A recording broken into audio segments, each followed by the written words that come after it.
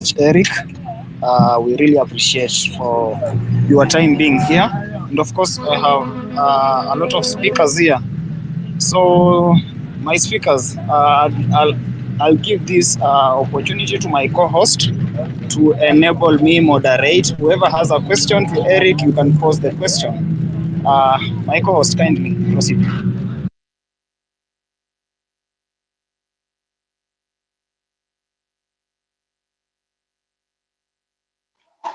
Alafu Kenyan lady, are you guys, there? before we proceed Oh, with sorry. the questions, yeah. Sorry, So I think I guys, was muted. yes, guys, before we proceed with the issue to do with the questions, I'll also kindly remind you guys on the issue to do with the data support. Kuna hiyo namba yenye iko pinned hapo, so guys kindly kidogo tu 2050 ndio tuweze kusupport Marvin akiendelea kutuhost hapo. Thank you. Thank you very much. I think actually you are the one who was causing the the echo. So, those of us that are on the panel, if you have not raised your questions, kindly raise your hand, and then we can direct our questions so that we'll be able to leave the panel and allow others to speak. If you could go ahead and ask your questions. Shege, I see your hand up. Yeah, thanks. Thanks, Kenyan lady. Eric, a pleasure to have you here. You've analyzed the issue of the constitution quite well. I'm thinking about the trust deficit that is clearly there. And if I can be brutally honest, the leaderless movement is partly inspired by this trust deficit, but also on the knowledge that in the past, leaders are identified to be corrupted, to be abducted, to be killed, to disappear, so that you can scatter the movement. And I think of someone like Okiya Mtata and his struggles for democracy and him exercising his constitutional duty as the sovereign to take cases to court and to put parliament to task, or rather the judiciary to task over things that parliament maybe has passed. And it begs the question why the Law Society of Kenya, for example, is not that champion for Kenya. We've had occasions in the past where people like Bishop Ndingi Mwananzeki, Reverend Njoya were champions of law and order and constitutionalism. And now, if you put all that in perspective and look at the Cherera 4 and Chebukati, and now these bombast discussions that have led to what we saw today, that Raila is now together with his brigade standing next to Ruto, and they are making the announcement, and we have now five commissioners who are going to be elected by the political class. And all this, we know very well, is an attempt to make sure that the announcement of who is going to be president will be somehow controlled by the political class. And then if we take a look at, for example, the US, there is no commissioner, there is no chairman who announces. If it is an arithmetic thing, why not take it completely away from the commissioners and we say, since the Maina Kiai decision was made, what is done at the polling station and by the is it the presiding officer, I think, is at the polling station, and then the returning officer who is at the constituency. Whatever he announces, we have media stations in each and every of those stations, and let the media call, just like the Americans call it. And if there is an issue, go to court. For me, this necessity, I agree with you that elections are a process. And therefore, the commissioners are important for the process, to supervise the process, to appoint returning officers. We saw in Embakasi a returning officer being shot. So yes, for that purpose they are required. But for this importance that is put on the chairman of the commission, surely with everything that we have seen, with what we are going through right now, whereby things are being held on spaces, why are we going around in circles as if we do not understand what is going on? Gen Zs might be naive to some of these things. They are not. I don't think they are, because they're asking fantastic questions. But surely, you being a former chairman of the LSK and other chairman emeritus and attorney generals emeritus and all these lawyers that we have, justices emeritus, surely you guys are failing the country by not speaking out, by not being the champions of this kind of thing. And so for me, I really would love to hear a more powerful, a more stronger opinion from your side and advice, so that you can help us navigate through that. Number two would be this issue of the conflict of interest laws. I really hope you guys are taking time. Professor has advised us that we should be having breakout rooms where we discuss some of these things. Prof, I was thinking as you were speaking that we have institutions in this country whose job it is to make sure that there is Hansards and things are captured in a way that is going to be made into laws. These discussions for me are very vibrant. They are very useful. Surely, Law Society of Kenya, Parliamentary Service Commission, wasikae hapo wakifikiria kazi yao ni kuongezea wabunge pesa.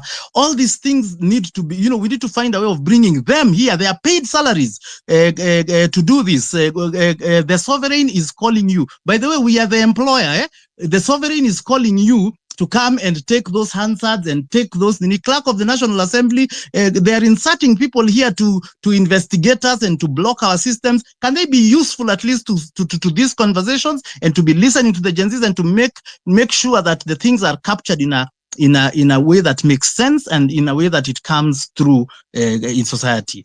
Kenyan lady, I've seen Justice here. I think we need voices of the ladies as well. There is other people who haven't spoken. Kings Karibu, I'd seen your comment earlier. I was trying to communicate with KOT so that you can come on. Please, guys, put your hands up. Guys who are listeners, please come up. Dr. Ezekiel, come up. We want to hear from you people who at least we trust and we respect.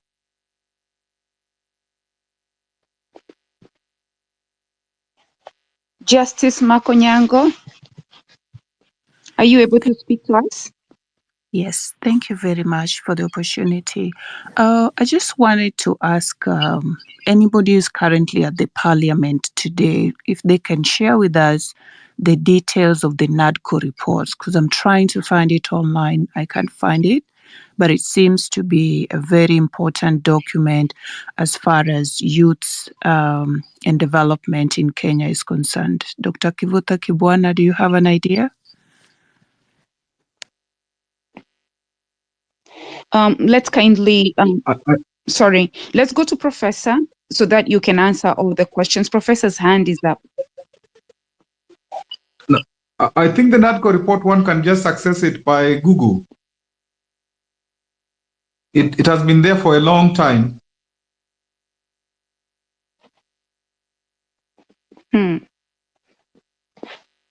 Professor 001, and then it's going to be Jamon next, and then Kings.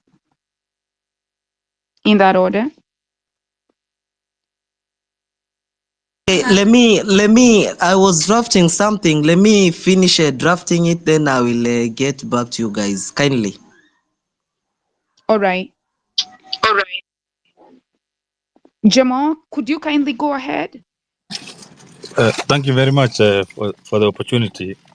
Also, thank you By the to way, Kaganidi, as Jamal goes, sorry, Jamal, can you just check if Eric Theory is still there? I think he's dropped from the speaker panel. and thank you to the Professor Kivuta Kibwana for his rich input, and Eric, former LSK president. Recently, when the Deputy President gave a press conference in Mombasa, there is one question that he posed. He posed the question, where did the rain start beating us, or something along that line? And unfortunately, he had narrowed it down to the current government that he's serving in. So he thought that by the time they were coming in after the elections, they were the darling of the country, and 2 years later, they lost the political goodwill from the masses. But I wish he had given us the answer where the rain started beating us. And let me now put in my thoughts on what I think is the answer to that question. And the answer to that question, in my opinion, is the rain started pouring on us during colonialism and immediately after. Because what happened is we agitated at that time against an occupation, against imperial colonial power from Great Britain, who came and occupied and looted and taken everything, killed, did everything that our current government is doing to us.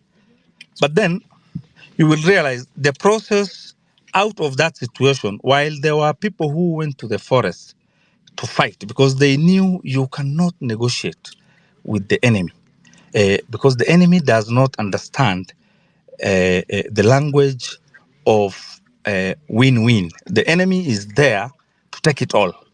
And in the words of Malcolm X one time said, how it is not possible to sit down with the then white people, because the white people were more or less colonizing the blacks in the Americas.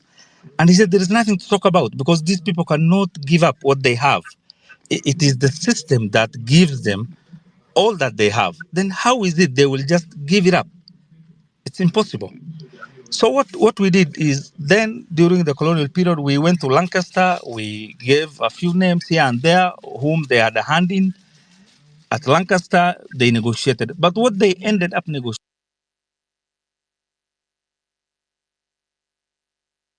the colonial power, is so one by one you go through. They say no, this one we can't have. If you insist on this, then there is no independence, and we know the outcome of that. The outcome of that then was that the whites were changed with blacks who were occupiers because the system went on.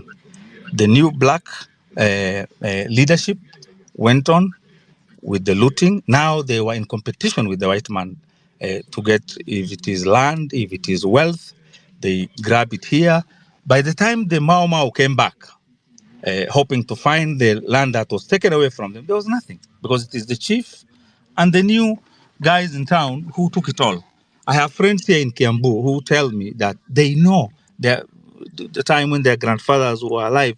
They say, that place was my grandfather's farm and his household. But we can't access it because now the new guys took it over. Of course, it is a father generation who are currently occupying. So bring it forward to during Moi, during Kibaki, Uhuru, and of course the current president. So the thing is, we cannot isolate or be selective. We have to approach this because this is an opportunity in this country that has never presented itself. I think the closest we came to this was during the agitation by back in the day of Professor Kivutha Kibwana and other activists, Orengo and the likes then, but we only came close to it. We never achieved it.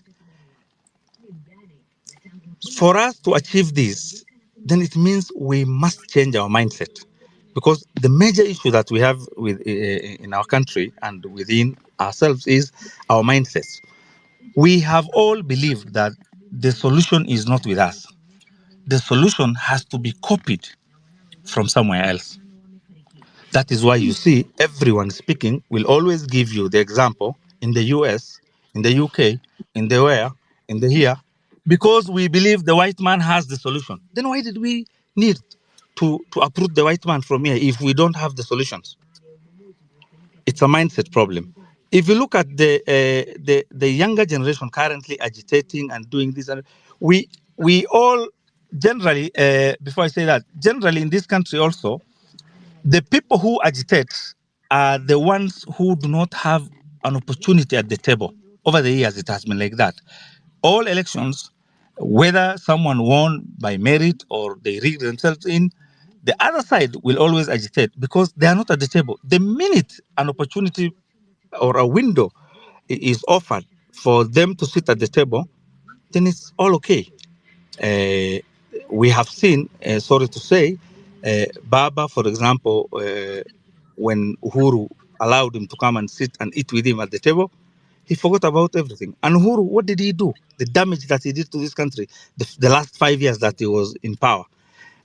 Ruto, who was, of course, part of the previous regime, only that he was pushed aside for the last term under Uhuru, when he came in, whether legitimately or he was rigged in, again, the agitation of the other side. But the minute they are allowed to sit at the table, all is good. So the question then we need to ask ourselves is, as a country, what exactly is the problem? The problem can't be the personalities, because the personalities can, many have left the political scene, but nothing has really changed. The game is the same. It means there is a problem with society. It means this form of democracy that we have copied from elsewhere cannot really bring out any real change.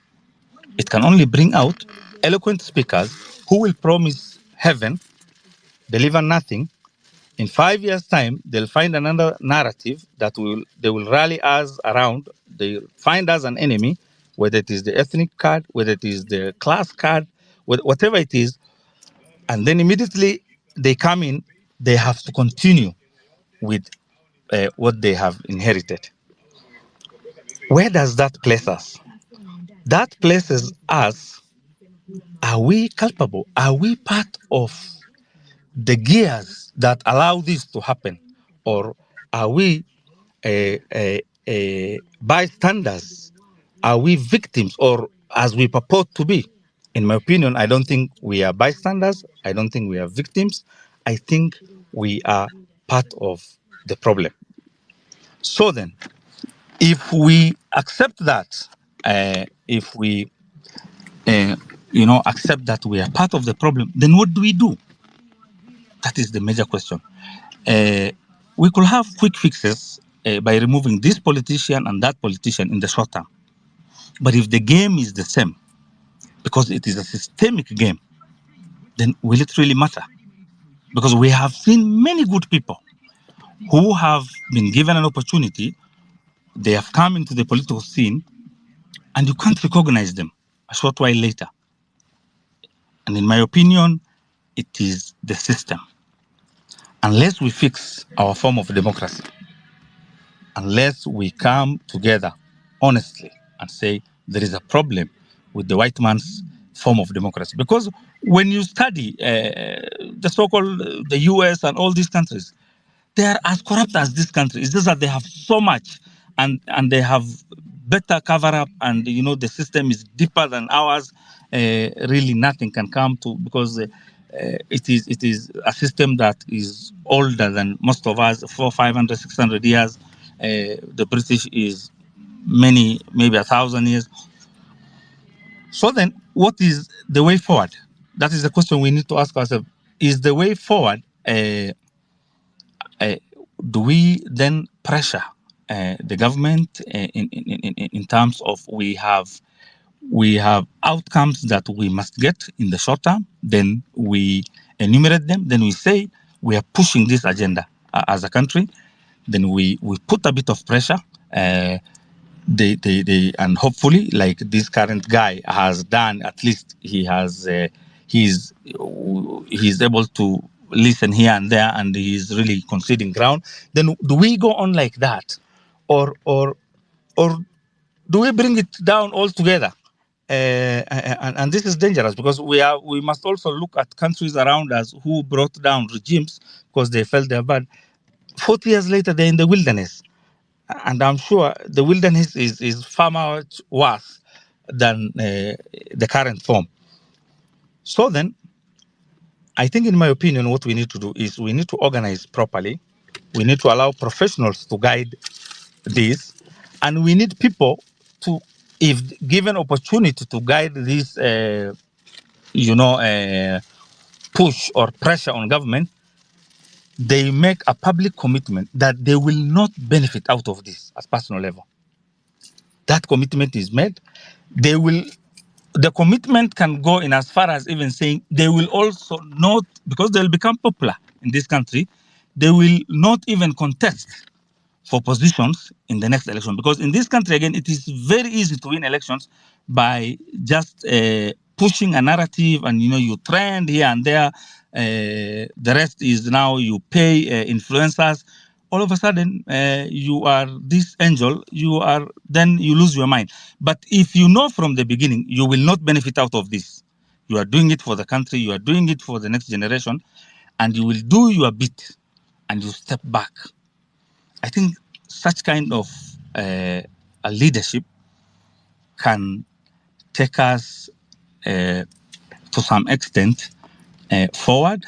They can guide, and then we can do piecemeal reforms here and there, here and there, here and there, until we arrive in Canada. Because I don't think also it is easy to fix really this country in one instant. It is not, because the whole country is part of the problem, and we cannot get rid of all of us. So it means then we first have to accept, like they say, when you go to a psychiatrist, the first step is for you to accept that there is a problem. If you're an alcoholic, then step by step you take it forward like that. So in so many words, what I'm trying to say is, number one, let us look inward for solutions, the right solutions, without copying anyone. Pragmatic solutions, adaptive solutions that will cure specific issues in society. Conflict of interest is one. People, putting their children in positions of power, and this is not a kingdom. People who have very dirty background have an opportunity today to tell us, simply because they are not at the table, that this should have been the right thing to do. They can't be part of that solution. So if someone has a shoddy background, we just shun them. We ask fresh guys, professionals, young ones, 35, 30, 29, or even a 20-year-old can still think, of course, with guidance from older people within the group. Then step by step like that, I think if we are honest with ourselves, then we can fix the country. And the fix has to be slow and has to be painful. We must be willing to bear the pain. Thank you so much for the opportunity.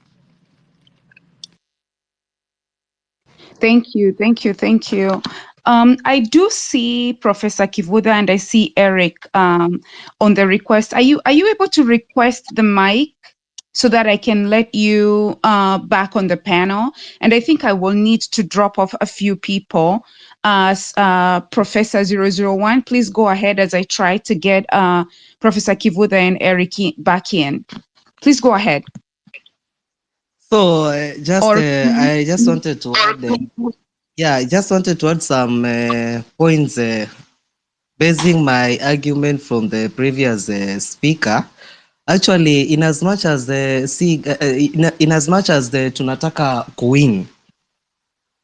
kuwin, you guys tunapaswa at least we have a strategy. Manake I've been of late nimekuwa nikinotice ya kwamba kama size ya, I guess I'm not wrong, kuna some spaces pia zinaendelea, so we need just to have a unity and ile unity kuwe driven with the one agenda. So si ati hapa tayari kuna court, kuna Marvin hapa kuna space yake, ukienda hivi unapata kuna mwingine na yeye anaitwa bla bla, labda tuseme John akona space yake. So we need to have one space, we should all be driven with one agenda in as much as tunataka kuwin hii war.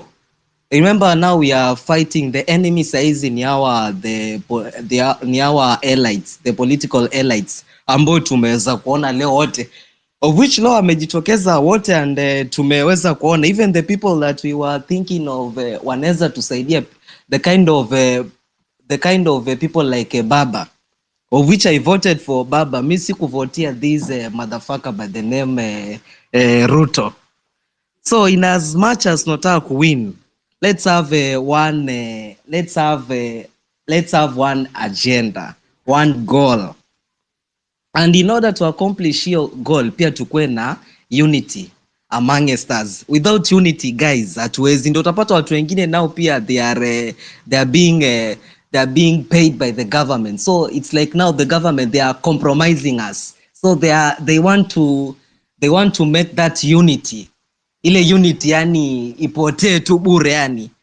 So pia tukiwa tuna fight hivi, tukiwa tunaandamana pia hivi, hata pia ukitumiwa pesa na serikali pia jaribu kujiuliza maswali, jiulize Rex ako wapi, jiulize maswali, Rex ako wapi? So these are kind of a question. Na pia si basing also my argument pia tuangalie pia taswira ya wale the freedom fighters, those who fought for our independence, those who fought for liberating us from ile utawala ya mzungu, and the so-called kina Ruto ambao sasa we are fighting them. We want to liberate ourselves from their utawala. So guys, let's unite, let's focus. Tuseme kama ni wiki niliona Eric Omondi come up na strategy ya occupy State House on Thursday. If at all Eric Omondi is serious with what he's planning to do on Thursday, let's back back up kidogo pia sisi at least, so tusikue ati kuna division among us, we Gen Z. We are Gen Z. Leo nimeona Senator Omtata amenyimwa nafasi pale kwa Senate kuwasilisha hoja zake. So I wonder where we are heading as a country. This is a country whereby tunarudishwa kwa utawala wa Moi by this dude by the name Ruto. So guys, let's stand, let's have a goal. Mimi nilikuwa nataka kuback huyu the former, sijajua jina, but mwenye ametoka kuongea, yeah, the previous speaker actually make points ambazo ni nzuri sana. Let's have unity. And also I had also suggested something that tuwezafanya hivi. We can also decide and maybe form a transitional council yenye pia itakuwa na Gen Z hapo, itakuwa na activists hapo, itakuwa na people from the civic society hapo. Na kama tutaweza pia we can also kuweka religious leaders hapo kidogo, wale ambao wako mind zao zina read venye sisi zina read. So with this transitional council inaweza at least work in parallel na hii government. Hiyo ni kupeleka tu kuangalia government, kuiaudit, in short kuiweka on check government, vitu zenye inafanya, vitu kama hizo. So kwa watu kama kina Murkomen, watu kama hawa kina na Kumicha, we can bring them on board. Hata tukiendelea hivyo, also I was also suggesting that we should also start fighting these people invading their offices, our MPs, instead of recalling them. Nimesikia professor hapa Kivutha ameongea mambo na IBC IBC, and also we cannot trust this government to tuwapatie task ya kuconstitute mambo na IBC. We cannot trust these people, manake they will end up messing, they will end up compromising kila mtu, and I'm also 100% sure that they'll also end up kutuwekea watu ambao tunawakataa, watu ambao pia ndio watatusumbua hapo when it comes ile period ya election. So guys, let's continue, na pia just to add on, tuendelee pia kusupport hapo Marvin kwa mambo na hiyo data, manake unajua anatuhost na anatumia bundles, atumii wifi like some of us, so let's check on that. This is a professor from Mombasa County 001. Thank you guys. Yeah, I have sent an invite to you, Professor Kivutha, and Mr. Eric Theuri. I have sent you speakers. I've sent you the mic. Just accept the mic so that you can come in and respond to the questions. I hope you're taking a record of them. Yeah, but just check. I've sent you both the mic because for some reason I'm not seeing your request. As they do that, may we have Derek go next and then Kings? Thank you. So just before Eric goes, guys, if you really want to speak, you can DM me. You can send me a message in my inbox because I'm not able to see most of your requests. So I'll send you the speaker's invite manually. Thank you. Yeah, thank you, Kenyan lady, for the chance. Yeah, I also want to add, like, what do we do next as the struggle continues? I think above it all, sensitization and education to, like, those rural people, Kenyan people in the rural areas who don't understand even what is happening, can create, like, things to educate them, because as long as the young people in the cities and people are educated or who know how to use technology are participating in the struggle, we also need, like, the people in rural areas, and we need, like, all Kenyans, so that the struggle becomes uniform, so that it becomes about Kenya, not a certain section of Kenyans. You know, most unlearned or uneducated Kenyans always blame the educated ones, like they're the one who are taking us to the ditch. And partly it is sad and true, but mostly it's because of the conflict of interest that many people have.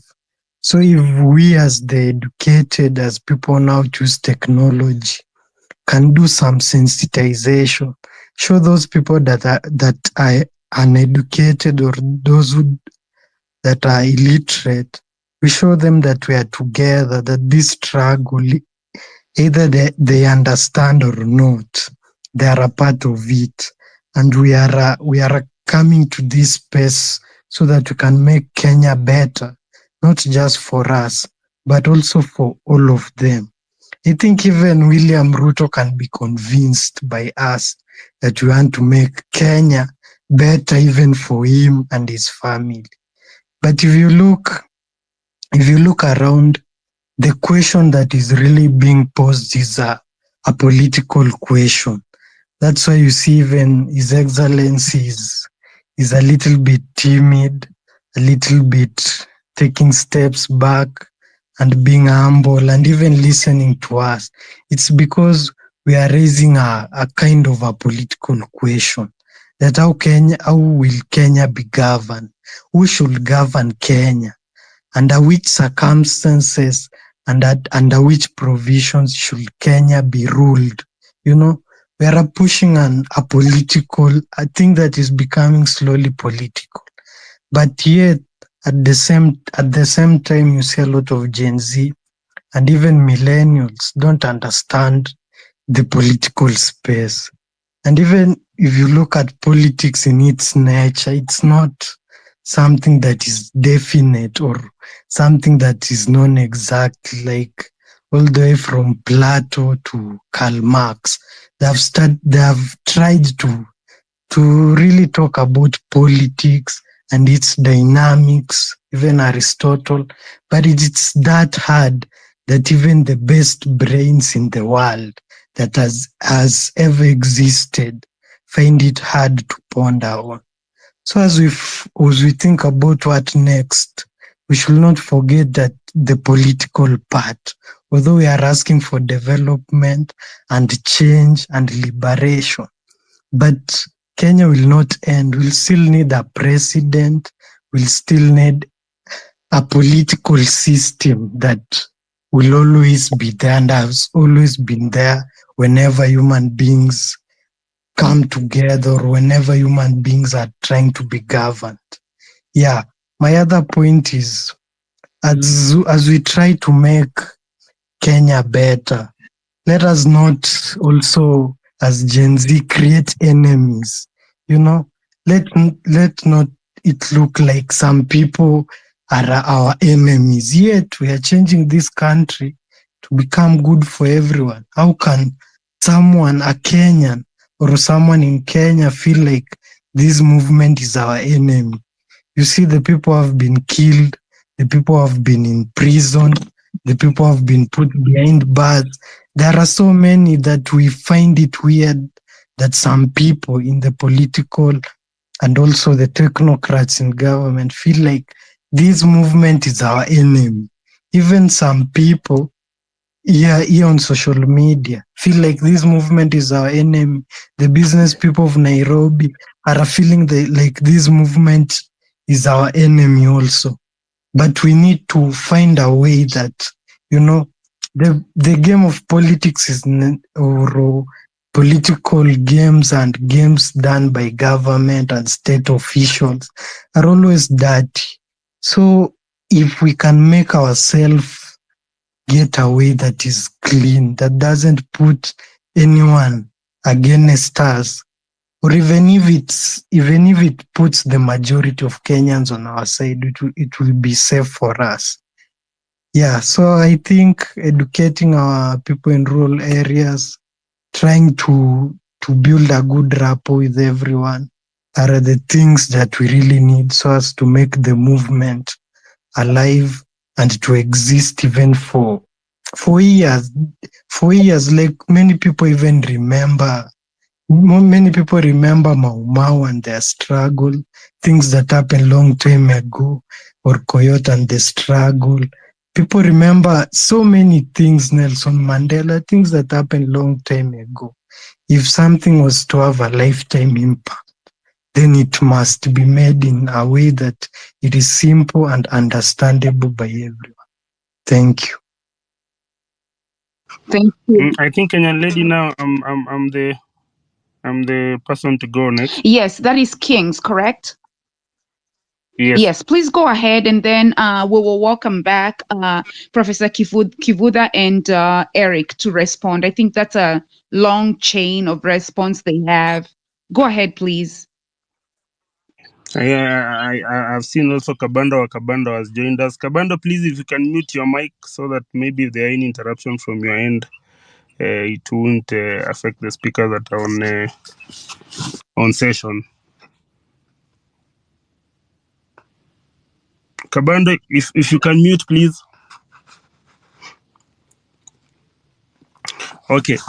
Now, mine will just be first of all to thank you, KOT, for this space, Kenyan Lady for being the co-host, and then Kivuda Kibwana for pumping in knowledge to us in terms of constitutionalism and understanding things from the legal perspective, and also Eric Theory.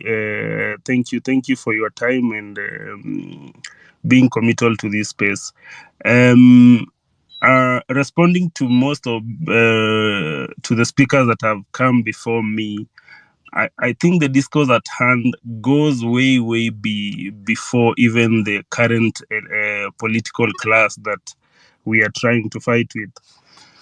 One of it being that if you go back in history and then you go back to the church, remember the Catholic Church has been one of the key cornerstones, and they have also played a very big role in terms of development of politics.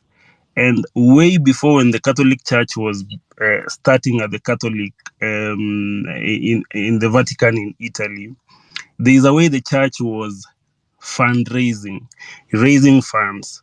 And this goes back to what they used to call the Catholic Church at that time used to raise money through something that is called, they used to collect indulgences. So indulgences were a form of, like, the church had put a tax into people committing crimes.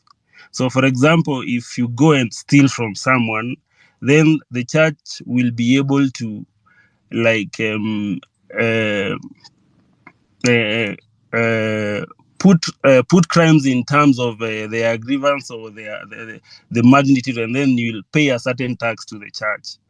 And then that led on to people now saying that even if I commit a crime, and then on this day of the week, if I go to the church and pay according to the crime that I've committed, then my sins are sanctified. Then I can go back and continue doing what I do. So this has gone all the way from that time. Politics became part of the church. And then now these two are intertwined. And you saw the other day, after the maandamano of, I think, a week before this one, the president, the people he called to State House, he never called people who are really afflicted by the current discourse in the country. He called the clergies, because society has found it as a manner of if you want to inflict injury to the people, then once you do that, you involve the church. And remember also, this current regime came into power around 80-99% through pretense that they are these sanctified kind of people who are, like, fear the word of God so much, and then they'll come and undo whatever had been done by that time by the person they used to call that is it Mogoroki, and then there's a name they used to call Raila, that this person does not believe in Christianity. So basically, our problems as a society have been chronic in terms of, first of all, you cannot complain because naturally you are told that now leaders are chosen by God, but really God does not choose for you leaders. You choose your leaders, you yourselves. We chose Ruto. The people of Kenya chose Ruto. God never chose Ruto for you. But it is true also that leaders are a reflection of the people, because people are so corrupt in this country. People are so much we are kind of this society whereby it's like it's a wheeler dealer kind of economy, whereby, because I know this person, then when this person gets into power, then I can be able to get this I can be allocated this section of in this sector, let's say in energy, I can be able to get these tenders. When it comes to maybe construction or infrastructure, I can be able to get this much because I also know this person. And because I also know this person is corrupt, then I know if it is someone that if I give them something, then I'll be able to amass so much wealth through the system that we the people have elected. So let's now, as a people, start demystifying the notion that goes around that our leaders are elected by God. No, God gave you the ability to elect someone. Even Satan is not involved in this process. We the people, if our leader is so bad, then it speaks to us, the electorals. It is a vindication of who we are as a people. So Ruto represents 50% of the Kenyan country. So whoever he is us. So as we are fighting this and going forward, marching on for this, is it fifth or fourth liberation of this country, we should also come with clean hands. That is why I've been advocating for the way this thing is organic, let it continue being organic.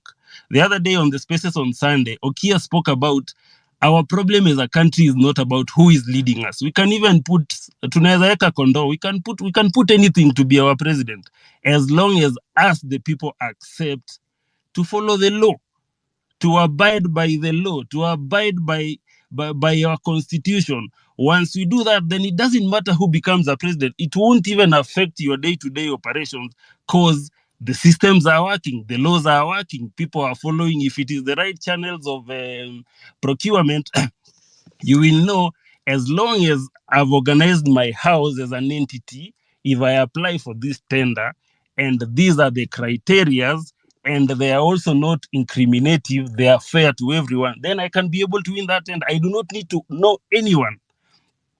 The same way Kengen has been done, and people are so like pulling back on it. They were negative about it not working, but I think that is one of the parastatals in Kenya, whereby if they float a tender, you go to the system, put your prices, you get it, you don't get it. Life goes on. So let's make systems work. Our problem is not even the person that is on top. Our problem is about the kind of culture that us as a people have adopted, to an extent that you will always feel comfortable when a person of your ilk is the one who is in charge of government at that time. And also now they have been able to divide us into these tribal cocoons, whereby it is this region that is coming together with this region. The way our president is, our deputy president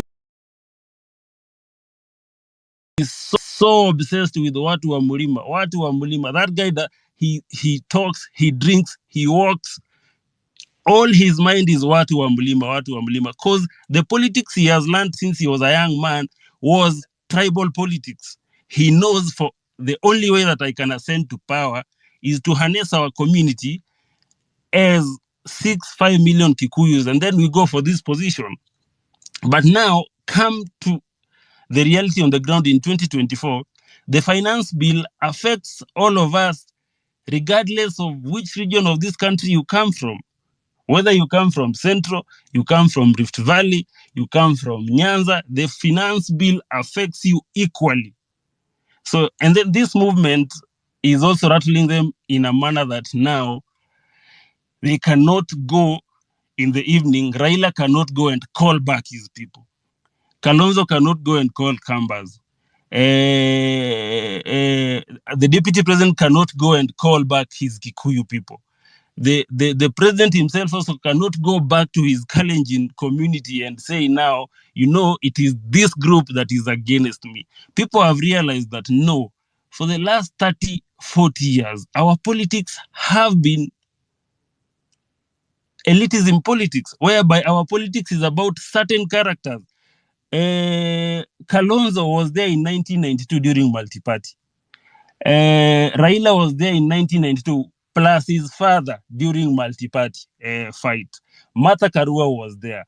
Kinama DVD were there. Who else was there in that panel today? Ruto was there against multipartyism when they formed the KY 1992 with Akina Jirongo. So if you look at the picture that was receiving that, I don't know, IBC something, these are the same people that have been in our political space for the last 30 years. In the last 3 years, the UK has had, I think, in 2 years, they have had, now this is the third prime minister, and life goes on. Our politics are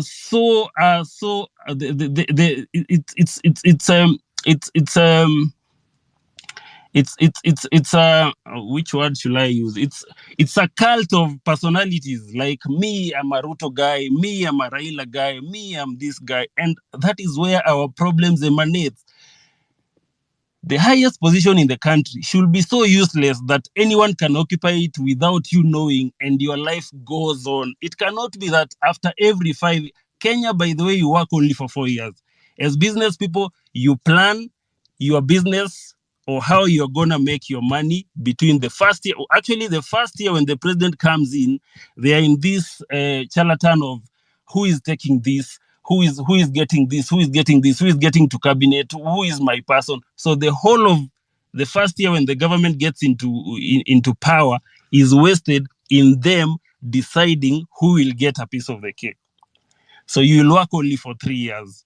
The last year of whoever is in power, now they are talking about election. So for every cycle of 5 years, you only have 3 years of working. The other 2 are wasted in politics.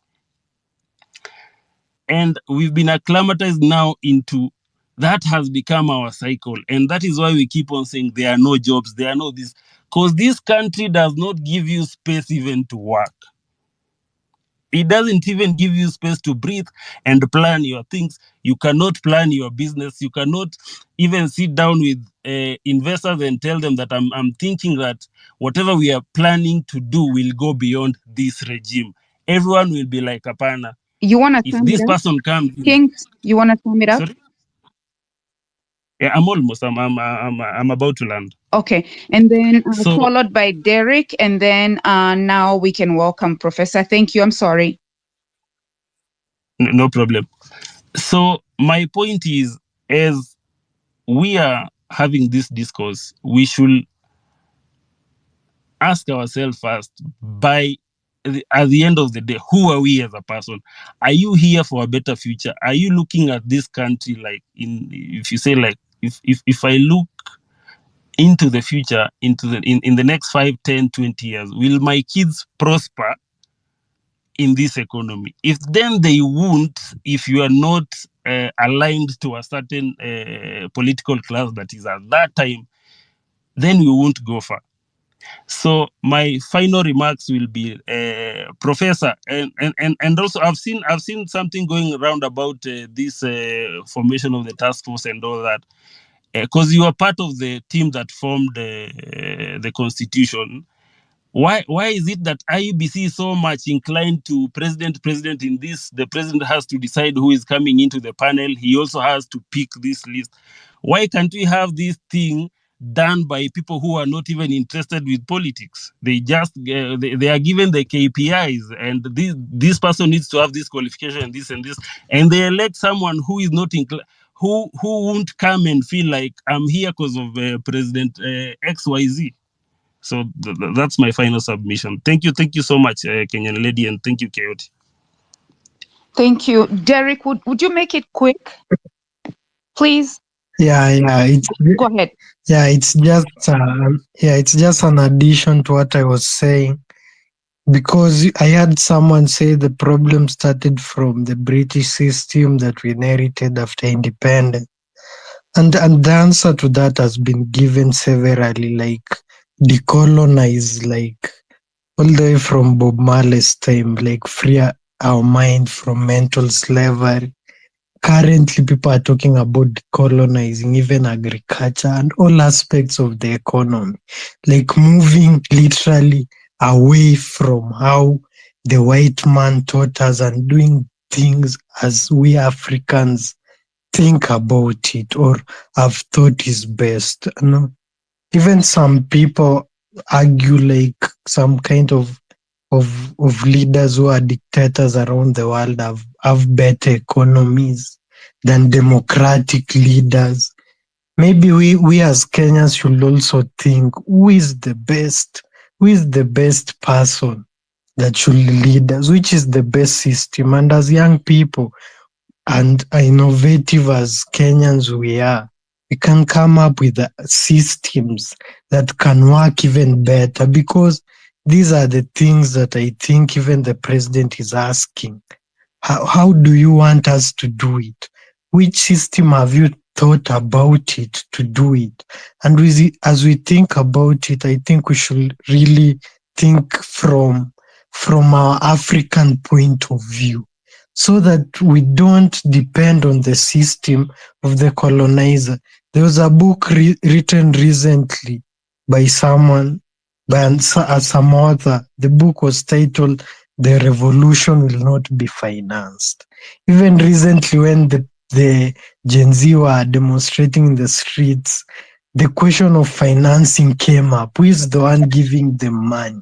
because if they knew if it's really coming from their hearts, they will win the revolution. And that is why partly we have won the revolution and we are still continuing.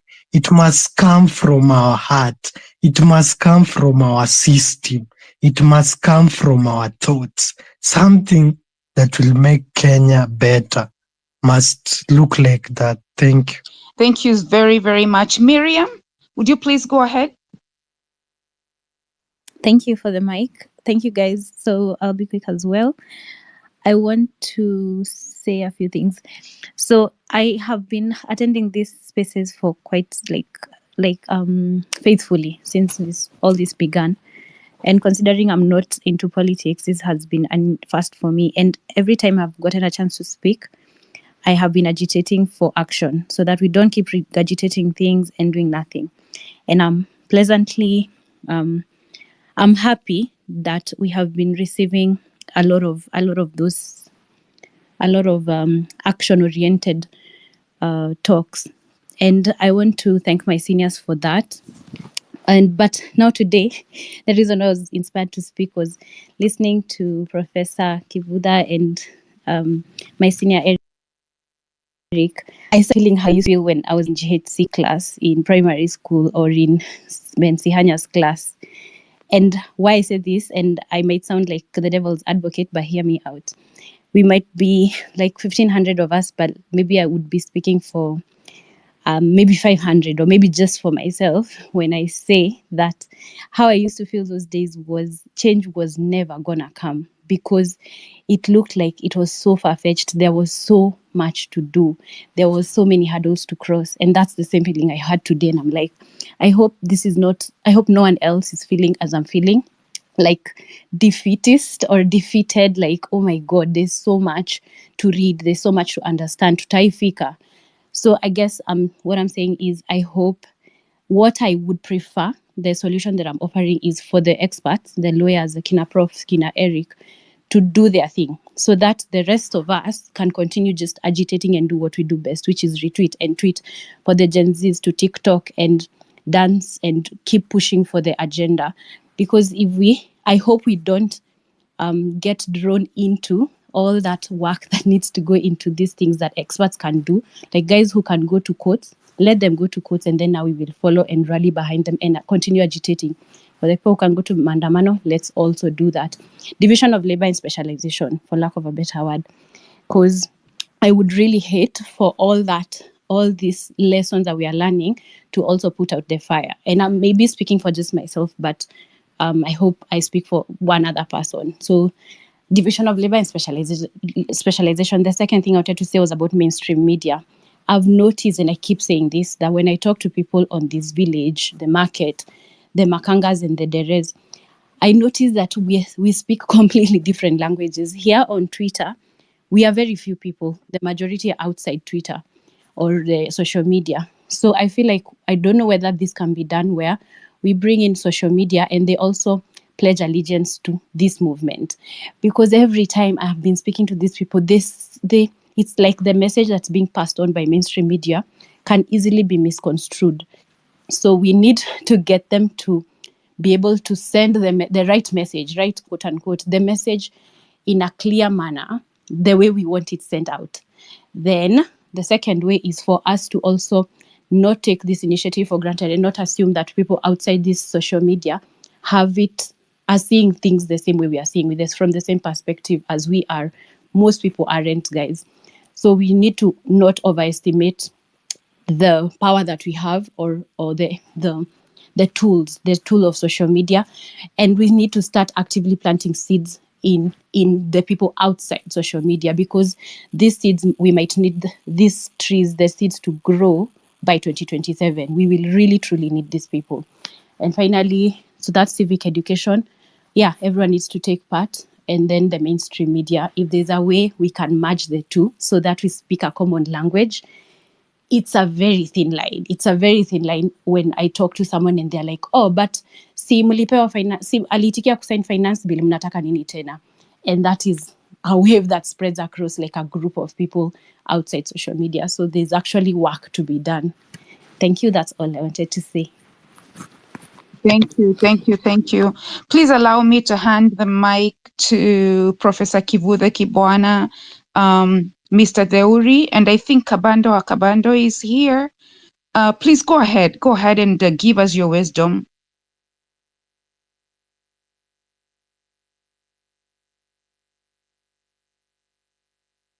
Can y'all hear me? Oh, me, Kabando? Yeah, so Professor Kivutha and then Eric and then Mr. Kabando. Whichever way you come in, speak to us. Okay, this Kabando, I just want to say just a few things. A message of commendation to the movement pioneers, Gen Z, and obviously allied closely with their millennials, to say that this is a very unique historic moment. The issues that have been raised by this movement are very bold. In fact, since 1990, when we had the clamor for a multi-party democracy, removing Section 2A of the then Constitution, it is not about political power for a person or a group, but new leadership dispensation. So it is very, very unique. There are no ethnic hang-ups, as we have seen. It is evident that there are issues driven. This is necessary, and it makes the movement legit. Also, the movement issues are very clear. They are very well communicated. They are not sourced from a certain political corner with the prejudice or with the ownership and excluding others. Therefore, making the grievances very genuine and inclusive. The dialogue, some of us have been around for some time, that is being called between Ruto and his new political cohorts, is evidently a result of underhand deals. It is similar to, the precursor handshake, or then, the cooperation under Moi that led to merger or cohabitation for the chosen political elite, which, without a doubt, and I say this loudly, without a doubt, goes with the material rewards and some, contractual arrangements and people being facilitated to do those political rounds. So, fortunately, this round, this season, this time, the Gen Z and millennials are making this wave to have power that, from what I've seen circulating in the social media this afternoon, it is making this deception, this latest deception that was happening at KICC, illegitimate ab initio from the very start. Now, what's the way forward in the view of a parent of a Gen Z and the millennials is that you are liberating generations, not just yours. I have been to my village, I've been to the suburbs and to the CBD.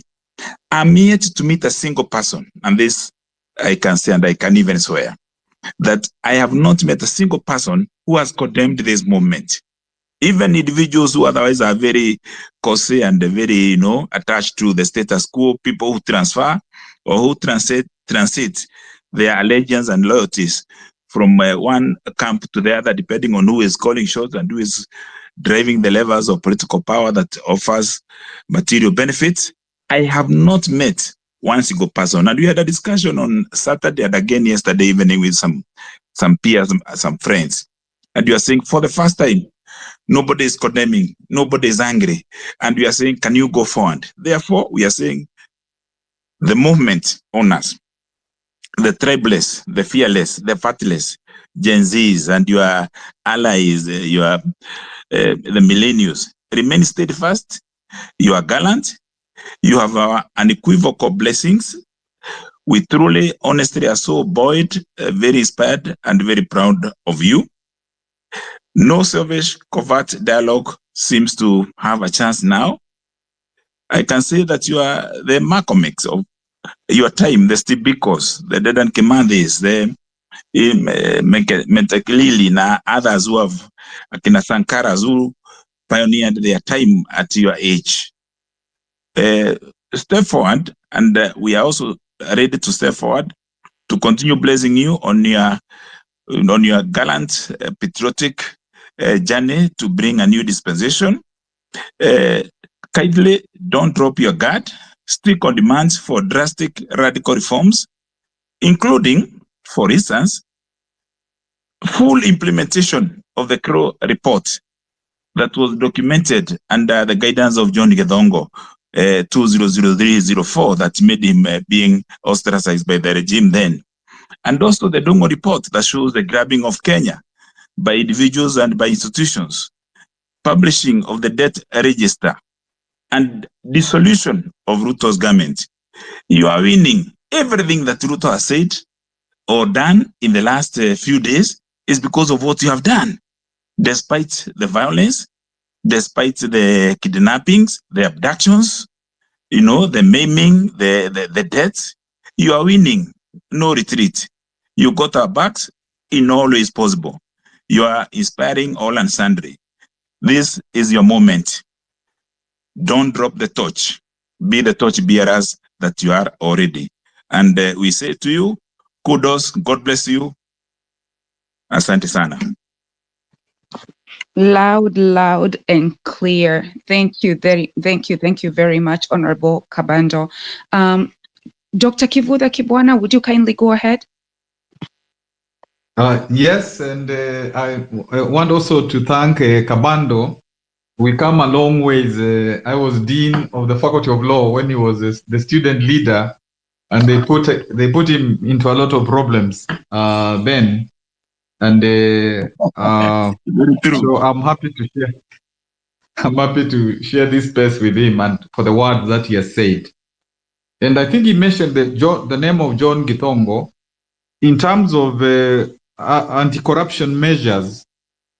John Githongo is one of the experts in the country. He has a long history of working with the Transparency International, and that's somebody whom the Gen Zs can rely on to get information about anti-corruption strategies.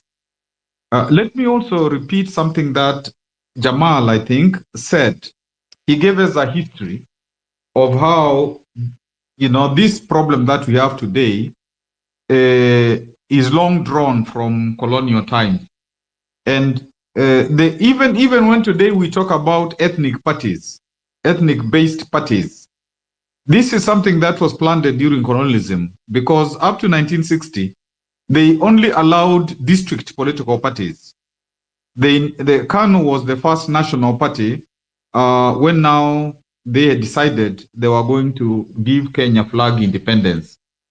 So I think that's a very important point to underscore, to say that it is really issues that are about most facets of our society, which have roots from the colonial times coming into independence.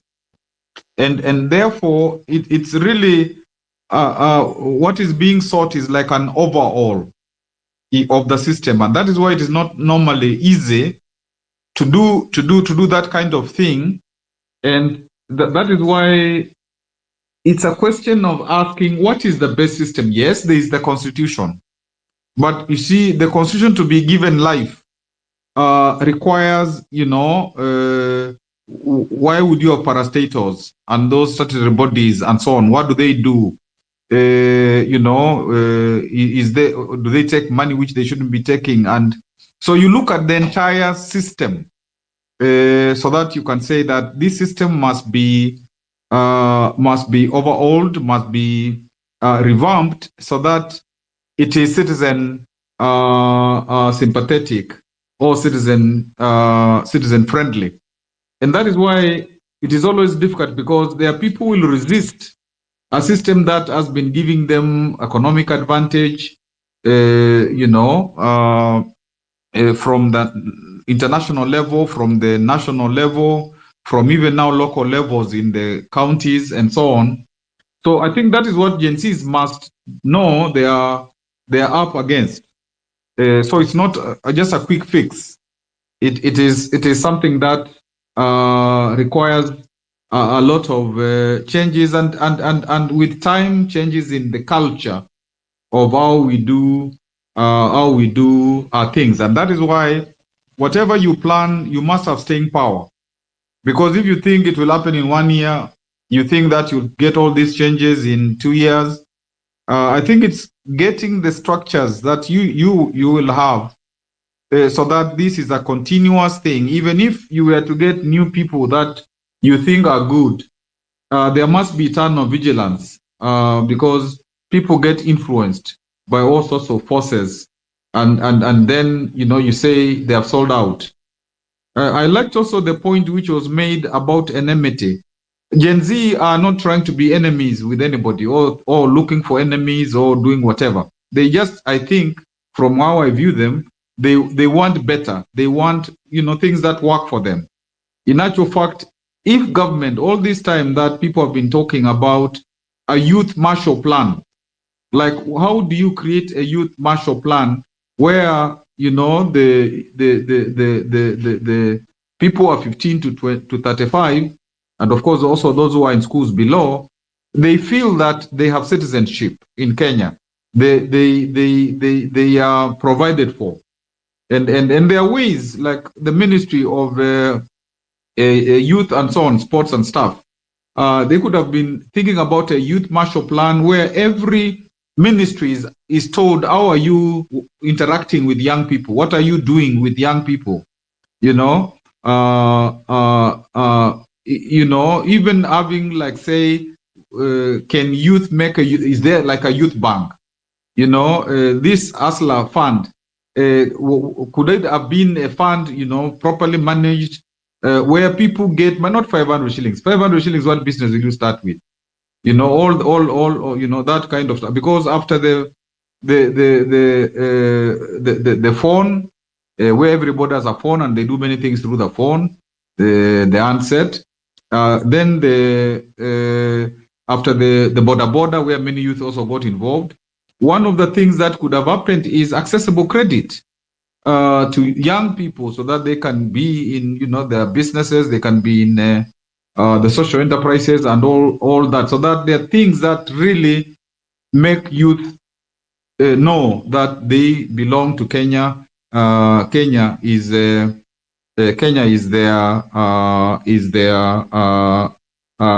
country. But one thing that really makes me, happy, somebody who taught in the university for a long time, worked with young people in civil society and so on in the county. What Gen Zs have done with the support of millennials and some volunteers, Kenya will never be the same again. Even those who are thinking of coming into power later and stuff, they know that what has begun to happen and this awakening will not allow them to do politics as usual. And that is something to take our hats off for, Gen Zs. And I think as their movement is growing, they're also growing so that they can do what is necessary to protect the movement from fizzling out, from being sabotaged, and from deception and all that kind of stuff. And so I really, Sonko, I really applaud you. Try to get, you guys who are in these spaces, the ones who are positive and are pro Gen Z for real, try to see what kind of conversation you can have so that you streamline, the agendas and some of how you are approaching this struggle. If this Gen Z movement fails, then Kenya will fail. And I can repeat that. If this Gen Z movement fails, then Kenya will fail. And maybe finally, to just come back to this dialogue thing, I wish, because, I respect Baba, I know that because we have worked a lot together, especially in those early days of the Section 2A and the Constitution, but I wish he can actually talk to the Gen Zs and ask them, what do they really want? Instead of saying that they have agreed on a dialogue without having talked to the person who is aggrieved, the person who has raised all these issues, I wish he can take a step back and talk to the agencies so that he can understand where they are coming from, who they are, what they now want. Because there was a time he had said he's rested because they have taken over. So now it is like he wants to come back, but come back without again talking to the Gen Zs and asking them where we are, how should we go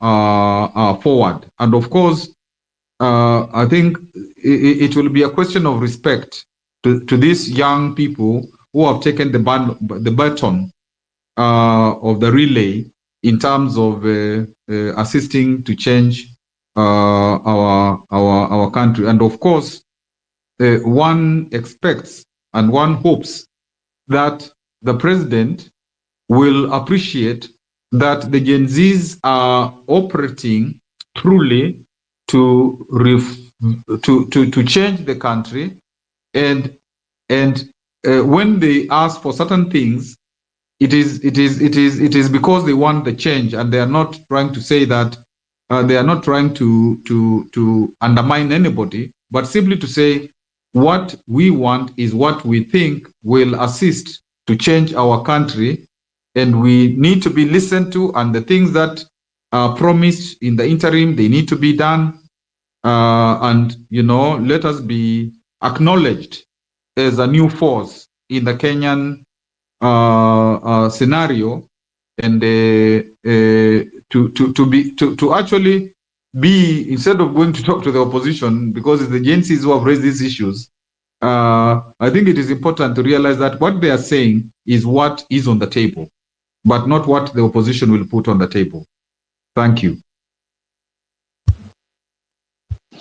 Thank you. Asante sana, Professor. Is Eric still here? Eric, if you could kindly make your submissions. Yeah, thank you. Yes, I still am, although I feel a little bit inadequate speaking after Professor Kibwana and Akabando. But one, I think I want to agree with them, and I echo their sentiments that what has happened in this country. I think, sorry, before Eric speaks, Kenyan lady, there's a question I had asked Professor, and it's like he never answered about this. I've shared the roadmap to full constitutional IEBC, and as you can see around in 4 or 5 clauses, the president is like he's the one who will decide who will be our chairman for IEBC and for most of the need that will be there, the commissioners. So, Prof, please, on that issue, why was it so necessary that on the new constitution that the president had to decide so much on who will be the chairman of IEBC and also the commissioners? Because now this brings the point which we've been talking about the issue of conflict of interest. And I think that, again, with the permission of the host, this is the point that I made earlier, that under normal circumstances, even the panel itself should not have been chosen by a majority of the political class, which is 5. And if they influence the religious sector, because those are now 2 also, that's 7. So that only the Law Society and ISPAC may have a different view. But the law has passed now, and I think I tried to say that what we need to do, what Gen Z needs to do, is to focus on, because it's a competitive process of even appointing this panel, to see that there is targeting to be sure that people who have a blemish, so to speak, are called out, and they cannot. So there will have to be a lot of scrutiny on that, because it might not be easy now to take the law back to Parliament. And you remember, I also said that they are given 90 days, so that's 3 months. And apart from 3 months, the Parliament can still give them more time if they haven't completed their work, the panel, in terms of instituting the IEBC. The parts of the constitution, parts of the constitution that were there, which were not kind of interfered with, because it's not, you cannot do certain things without a constitutional amendment. Even if the president is able to say that, now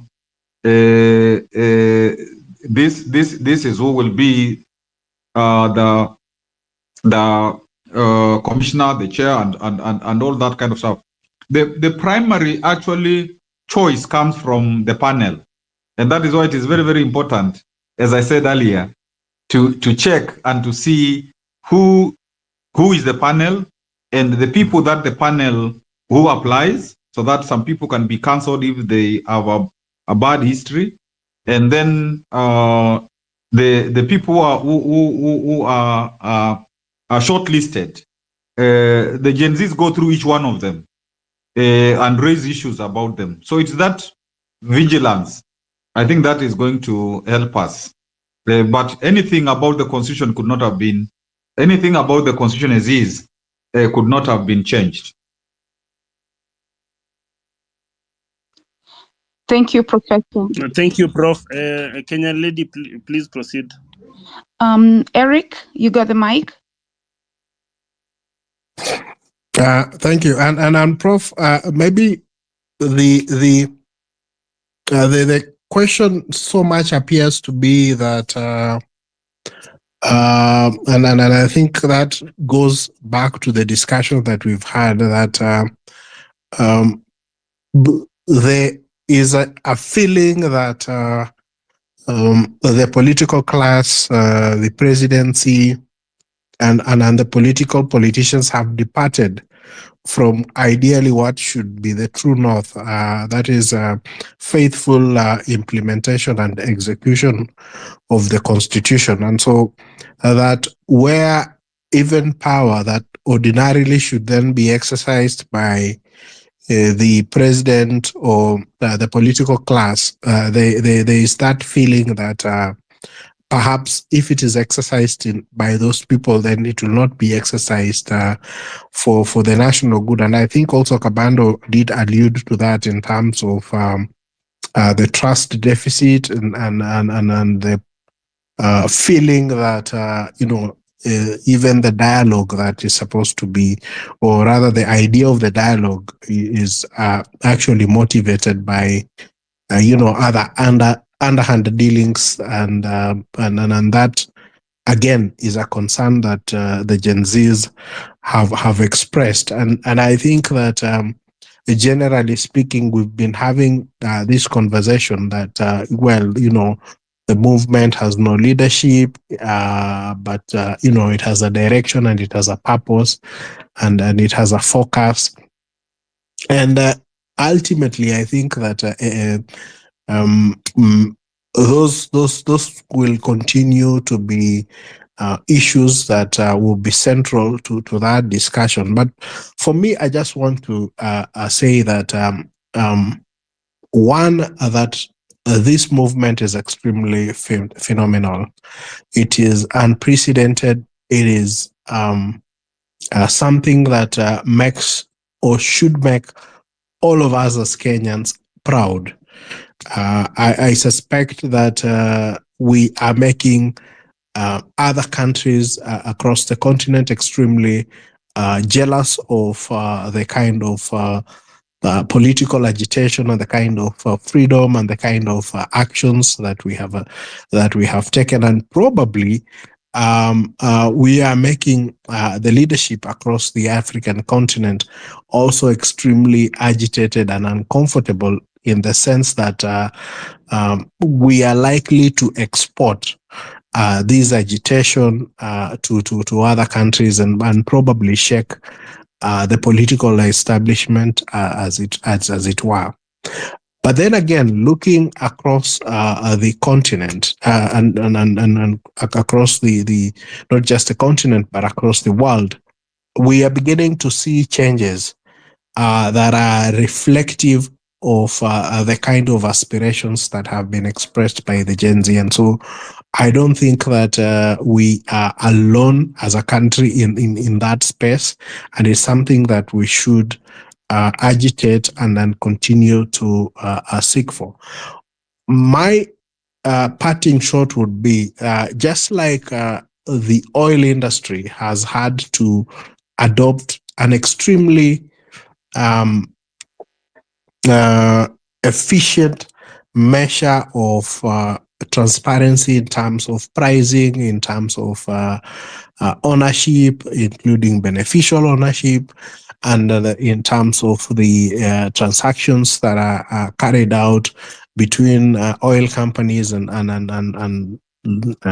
governments in a manner that has brought about a lot of transparency and efficiency in the manner in which some of these contracts, and considering just how precious oil is, that we should ensure that we do not lose that, even as everything else is going on, that we do not lose that aspect of transparency in how government is run. And that, in my view, in the short term, will lead to a change in our politics, an ethical change in our politics, because the kind of things, there's always talk. I mean, you listen to people and everyone believes that corruption is budgeted for, but no one has been able to pinpoint it and bring it out, and it becomes a national discourse. And so if, for example, if there is budgeted corruption and there are people who are talking about it, then it becomes something that those that engage in that activity then know that we cannot be able to do this, because if we do, it will be highlighted and people will ask questions and they will demand answers. And then we get to a point where things like resignation from public office because of public disapproval then becomes part of our political psyche. Because the challenge that we're dealing with, the problem that we're dealing with, is not one that has a quick fix. We have to do it regrettably within our laws, within our institutions. And so what we need to do, because that is what has been lacking in this country. It has not been the lack of laws, it has not been the lack of the constitution, it has not been the lack of institutions, but it's because these institutions lack a breadth of culture that propels them to act ethically. And this is what this movement is trying to achieve. And then so we have to try and see how then do we operate within our current political establishment, our current political structure, our current laws and the constitution, but in a way that will breathe new life into those institutions. Because if we breathe new life into those institutions, some of the challenges that we are facing will become challenges of the past. If we are talking about, for example, police brutality, and there is greater accountability and greater transparency in terms of how police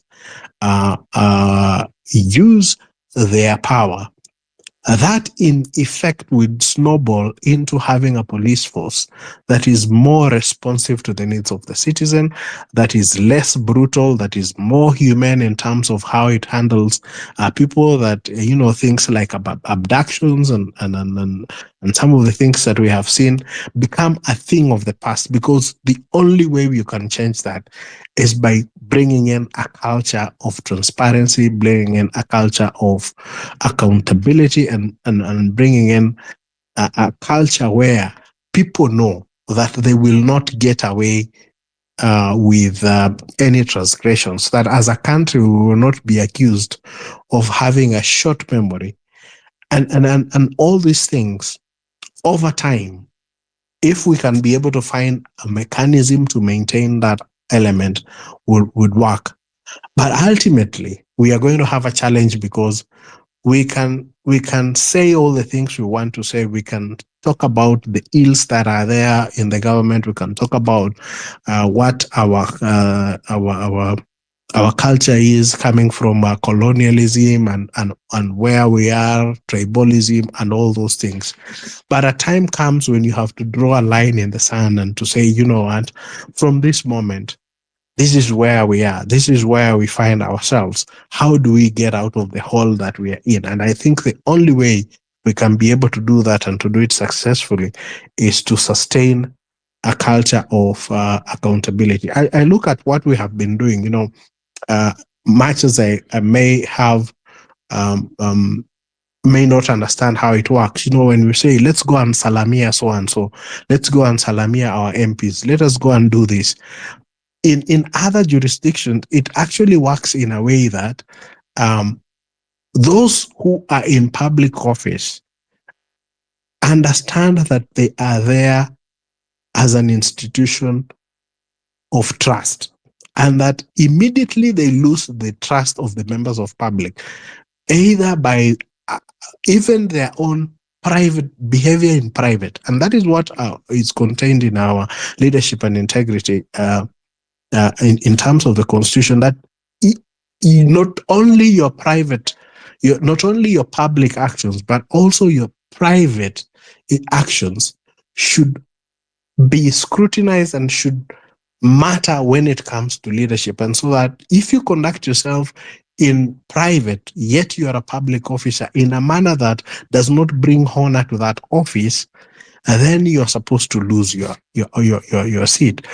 If we can maintain and find a way in terms of how we bring that to bear on our political establishment, to bear on our public office, then we would have achieved a true revolution in this country, true change in terms of how we manage, because what we do is that we make it unfashionable for people to do the wrong things, because it has become fashionable to do the wrong things. But once we make it unfashionable for anyone to do the wrong things, then the people who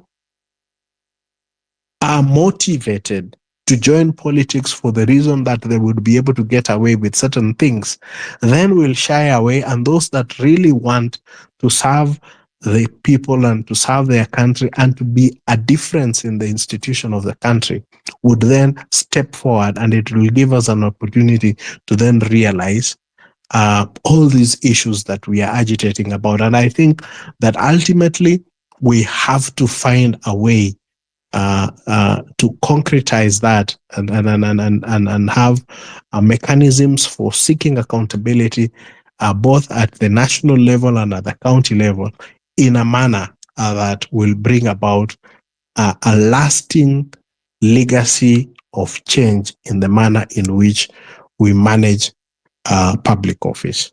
Thank you so much for giving me the opportunity to participate and to share my little thoughts on this very, very important discussion. Thank you. Kenyan lady, maybe just to finish on Kenyan lady, please. I'll be out of network in a few minutes, and there's something that Eric has touched on, and it's something that has been bothering me for so long. And now that Eric is here, a legal mind, and then there is a professor, and Kabando, an activist, he has also been in these spaces for so long. My background is in finance, and there is something even David Ndi was saying last week, that you people need to pay taxes because we have these loans that we are paying. We have these foreign debts, external debts that we are paying, that I don't know, that needs to be. If we don't do this, then as a country we will default, and then these are the repercussions that will come in.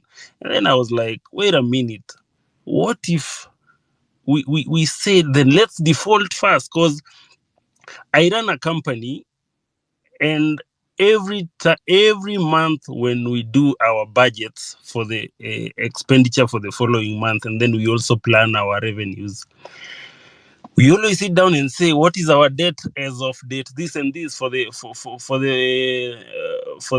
profit and loss account for this month. And then we know we owe KCB this much, we owe NCBA this much, we owe this bank this much.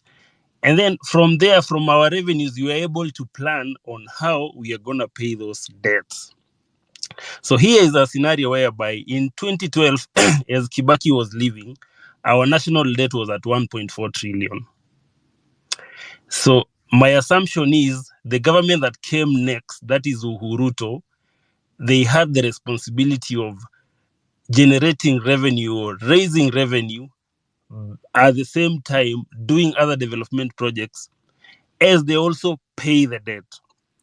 If you see our national debt for the last 10 years, it has been growing exponentially.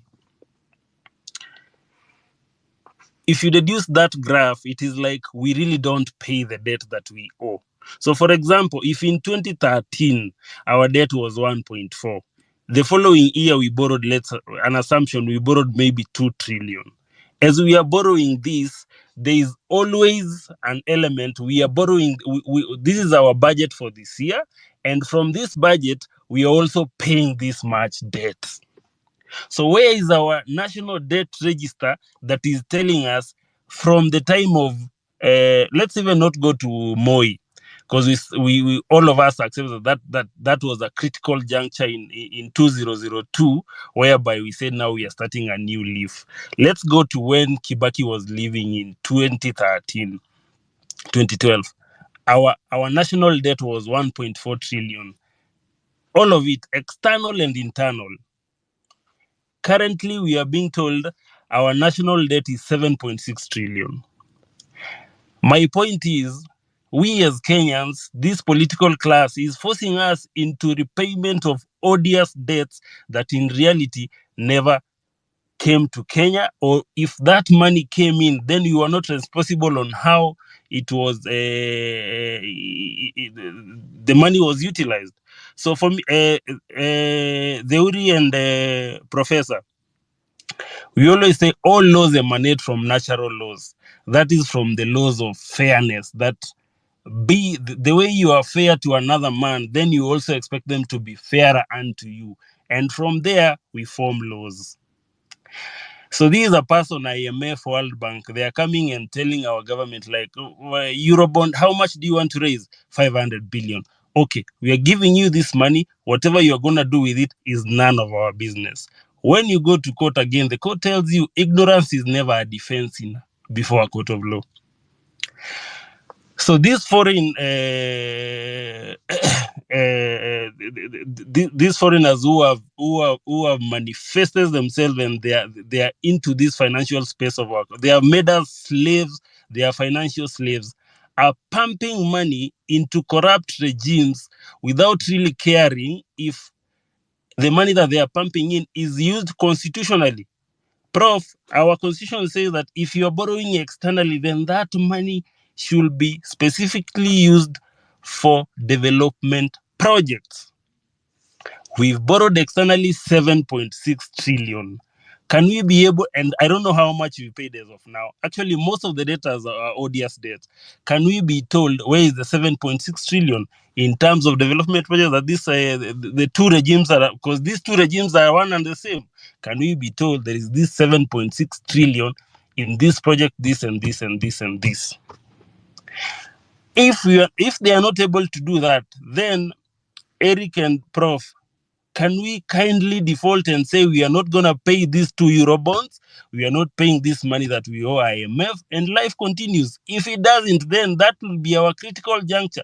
We survived 2020 without so much importation. You were told that we cannot survive without importation. COVID came, ikakaa almost 2 years. There were no importations, and we survived. Hii kitu ya kutuambia sijui ati you cannot survive without wazungus. No. Life has, and if maybe this is the way we should end as a society, then let it be the way we end, so that when our sons and daughters sprout in future, at least they found that their fathers and forefathers, their uncles, brothers, and grandfathers did something for this country. Because all we are asking is, you are borrowing this money, where is it going? It's going. Let me tell you, today when the president met with Akina Rao, hiyo ni do inatembea, nothing else. Money is being exchanged.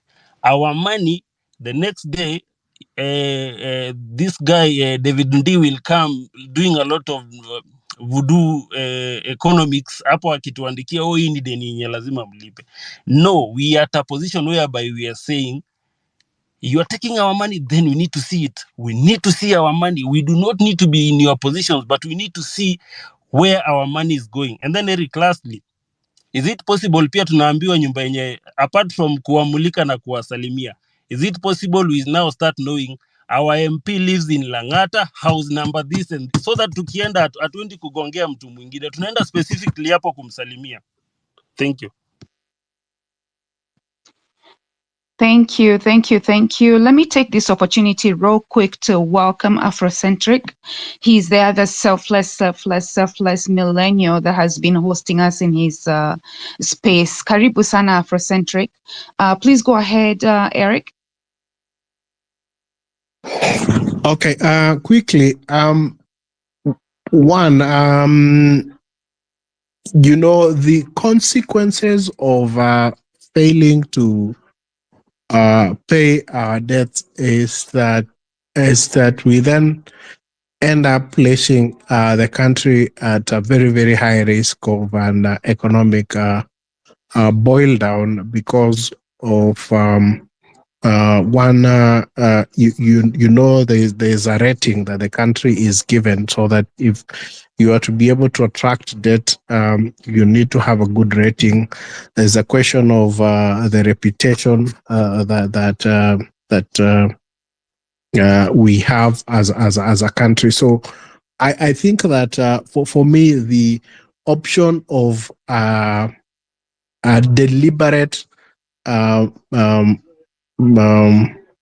failing to pay of those debts is one that will have greater economic impacts that will make life much more difficult. And remember, the agitation that we're having is one that seeks to look at what can we do to improve our standards of living. What can we do to make it easier? Because remember, all this was triggered by the Finance Act and some of the changes that had been proposed in law that, in our view, would have made life much more difficult. And so we are looking, and what we are probably saying is that perhaps we are not managing our resources very well.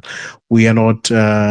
We are taking debt, but we are not using the debt in a manner that is consistent with the purpose for which we obtained that debt. And I think that is the question that we're having, so that we shouldn't gravitate towards taking an action that defeats the noble intentions that people have. So perhaps the money that may have been obtained was probably not used for the right reasons.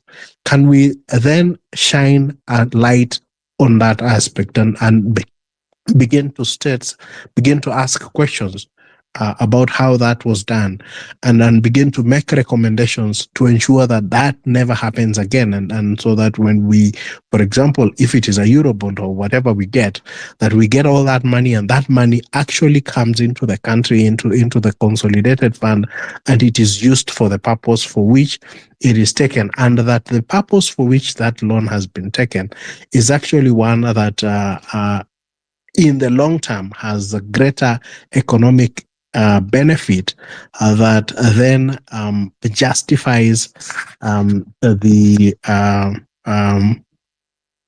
move to actually go and get that loan. And I think that where we are, even a country like the United States is borrowing and everything, it basically means that we must be able to borrow, but also look at how we can review our expenditure to bring down our reliance on external borrowing, so that we largely finance our operations from internally generated revenue, and that then we take borrowing that has greater return economically on the country. And that's one thing. The other thing that I was talking about, and I think the question that I was asked, we get to know where the MPs are living and whatever, I think is a question that was taken out of context and perhaps it wasn't understood properly. What I meant is that in other countries, and of course we always have to look at other places where democracy probably works so well, because our constitution says that as we enforce our rights and as we take any action in advancing the constitution, then we must take action that ensures the greatest possible enjoyment of that right, and also ensures that we adopt standards that are commensurate with the best practices in other developing democracies. And it's for that reason that I'm looking at other developed democracies. And basically what I was saying is that the question of public trust in most other countries is extremely important. And that is why you'll find that when people lose the public trust, they actually tender their resignation.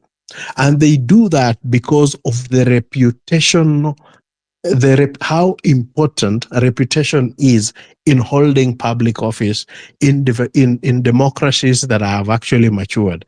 And I hope that we can then begin to fashion our discussion towards that level, so that we are not talking of the kusalamia of where we are beating up someone, or where we are taking action that either embarrasses them, or we are invading their phone calls or their spaces with embarrassing messages and everything. But we are talking of a situation where we are pushing for accountability to the level where, if, for example, someone comes to church and is a politician who has misbehaved, that the church would not gladly receive him. They will tell him, no, I think that you are wrong and you need to apologize, or you need to offer and tender your resignation. If they come, for example, to your restaurant to eat, you are able to tell him, look here, I stand for certain values, and your presence here violates the values which, as a business person, we stand for. And so for that reason, we are not able to offer you any services. Please leave. You would find that kind of behavior in democracies that have actually advanced. And I think what we are doing right now is a way of trying to say that if you go against the public will, if you lose our trust, then there'll be consequences to it. But I'm hoping that we can refine the consequences to a level where someone knows that, yes, unfortunately, I have lost the trust of my people. I no longer have their confidence to continue to represent them.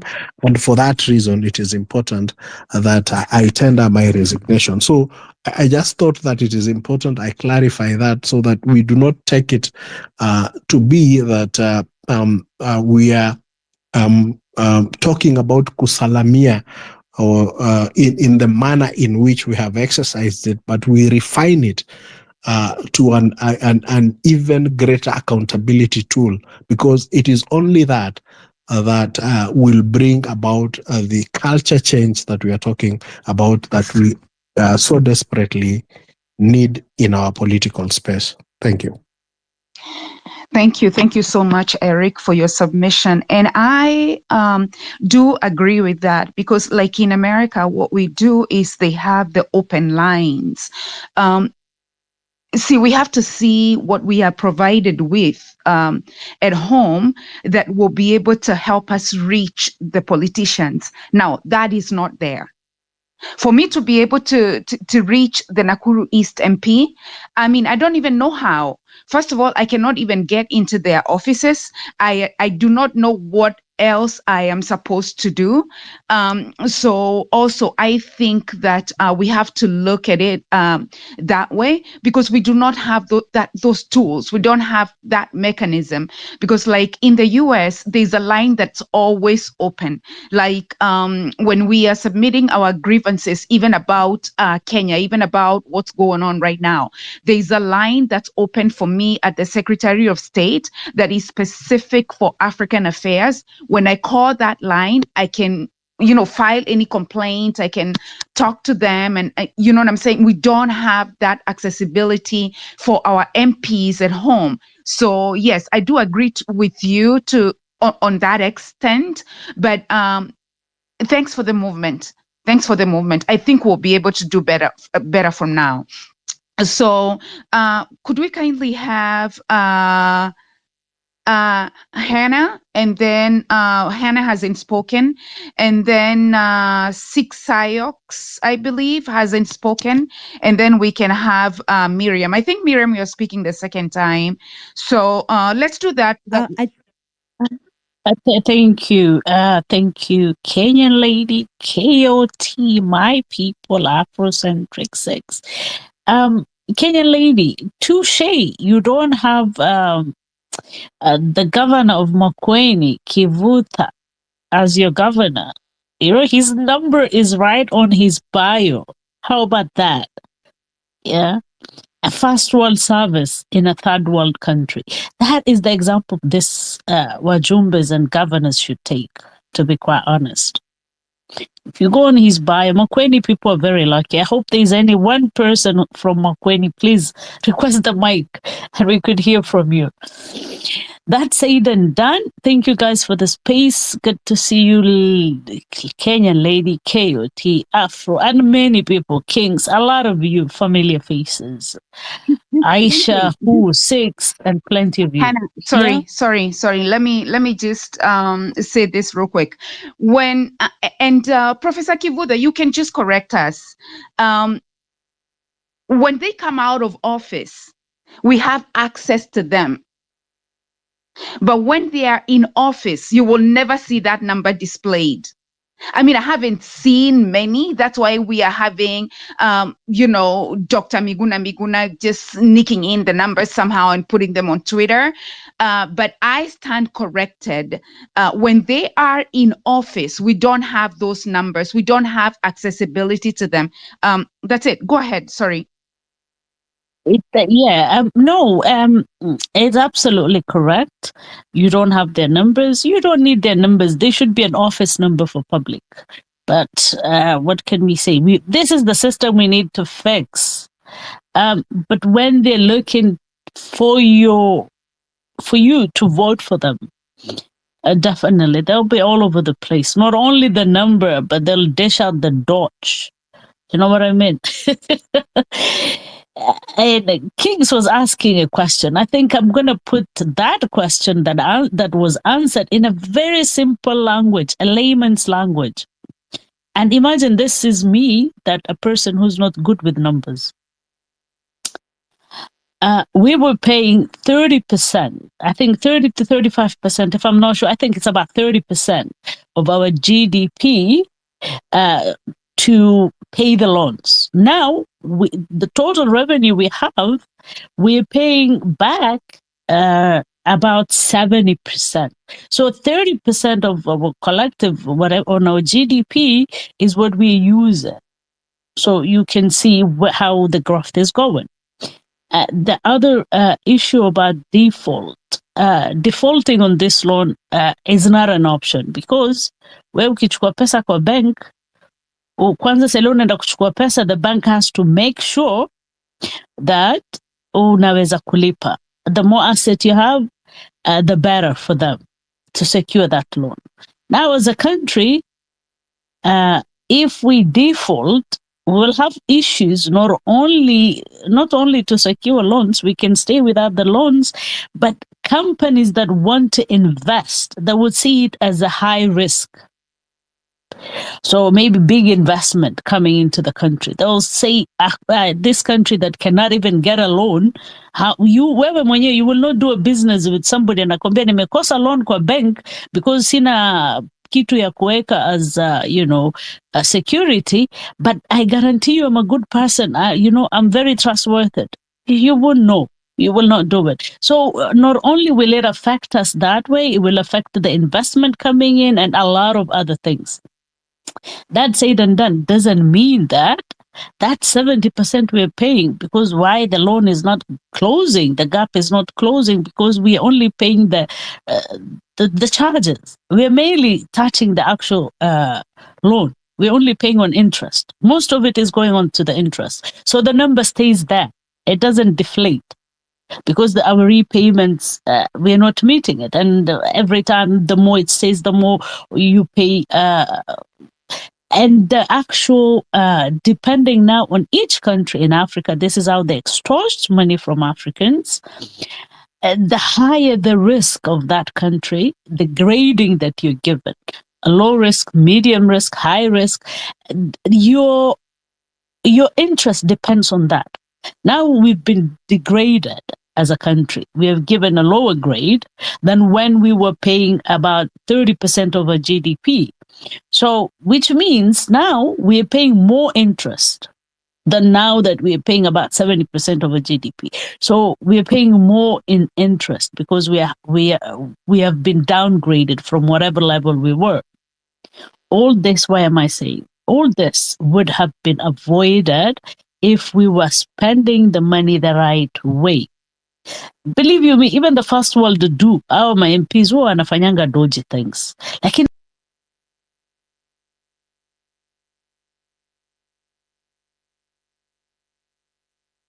yeah, that's an insult right there. People don't have faith in him. His name has been tarnished. He's been associated by bringing, let's say, expired fertilizer. Like you have the head of the state telling you, no, this guy was not found guilty, therefore he can still do his job. Yet there is no integrity. That is what we are missing. Integrity, zero. We don't have shame. We don't have integrity. These people, I don't know which world they come from, to be quite honest.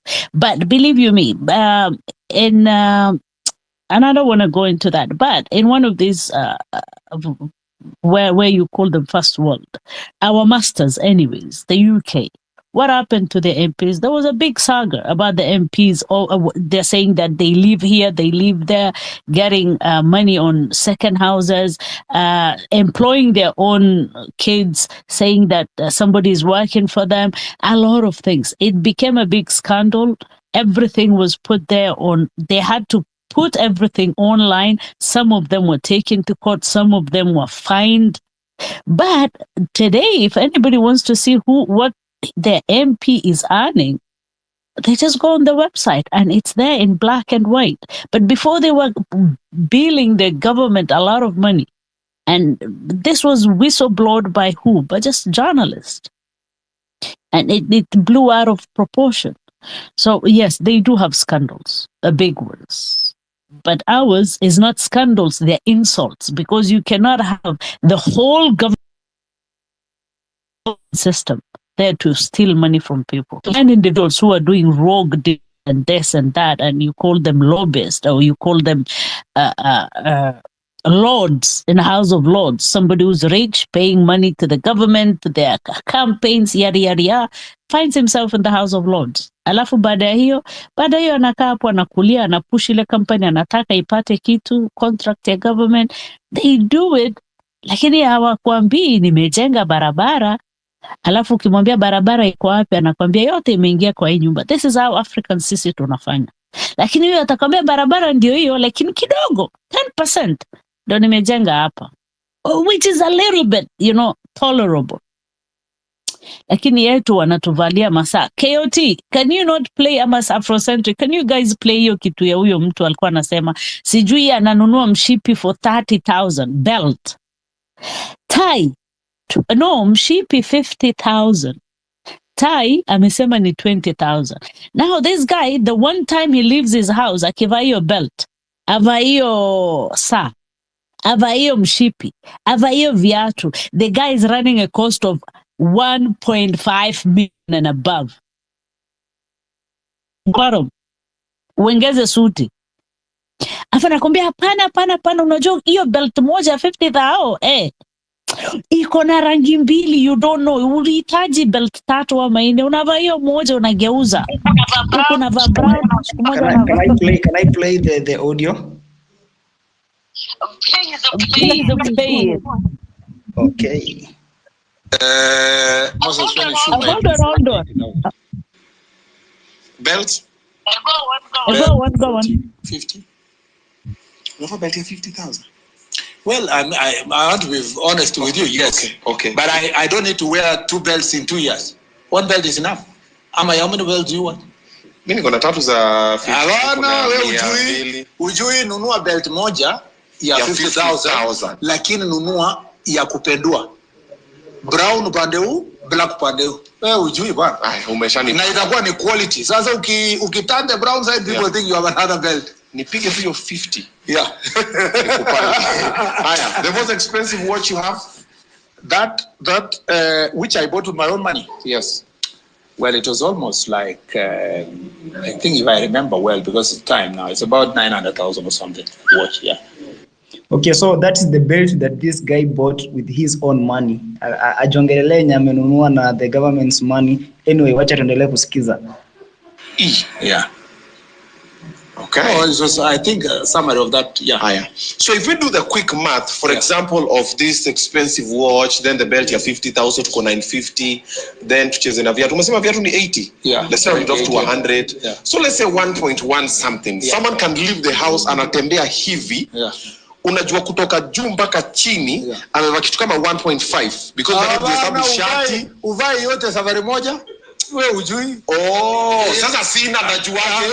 Uvai yote safari moja. Unapanga. Ukitoka na style expensive unavaa hii suit yako kidogo ya 20 or 30,000. So ile ingine ina balance. So nakupata. So this guy generally anasema the cheapest suit yenye anavaa ni ya 30,000, yeah? So akivaa ya 900k watch anaweka suti ya 30k. Anyway, tuendelee kusikiza. Ndio siku umetoka na saa ya 900. Yeah. Then umevaa suti ya 30,000. Yes. Tuko 930 something, yeah. Nini ingine? Yeah. Tai? Tai 20,000 20 hivi. Yeah. 20,000. Yeah, there are. Tai ni kidogo 20,000. What? Okay. Sikia. So hiyo ndio hiyo audio. So back to you, our co-host, and kuna so many people down here. Just a minute. There are so many people down here who are requesting for the mic. So those who are in the speakers panel, kindly tumie to at least 3 minutes, bana. Then you drop, we bring other people up here. Bana, DM imejaa. Let's continue. Sawa, thank you, KOT, and thank you for playing that. Now, for me, this is the thing. Amejaribu kusema avai yote pamoja, but the shoes is 80, the tie is 20, the belt is still using that one belt, which is 50. Sasa. And then not the one I bought, the one I bought with my own money. So how many did he buy with Kenyans' money? You know, these people are insulting us right in our faces. To cut my story short, Kenyans, absolutely this Gen Z movement cannot fail. And Baba made a big mistake today. Because why ameenda kusimama? It's like they're talking to who? Time ile wao walikuwa naongea pamoja, wanaenda kufanya deal yao. Those days are over. He cannot run to Baba. The one who African I'm going to come to Baba now. Kuja kana mimi kuja ongea na Wakenya. No. This is Gen Zs. These guys, they mean business. And Gen Zs, if you fail, you have failed Kenyans. Each and every one of you will be hunted down like an animal. And these guys mean business. So you better not fail us. We are here and will always be with you. Our prayers are with you guys. Thanks, KOT. Karibu Hana.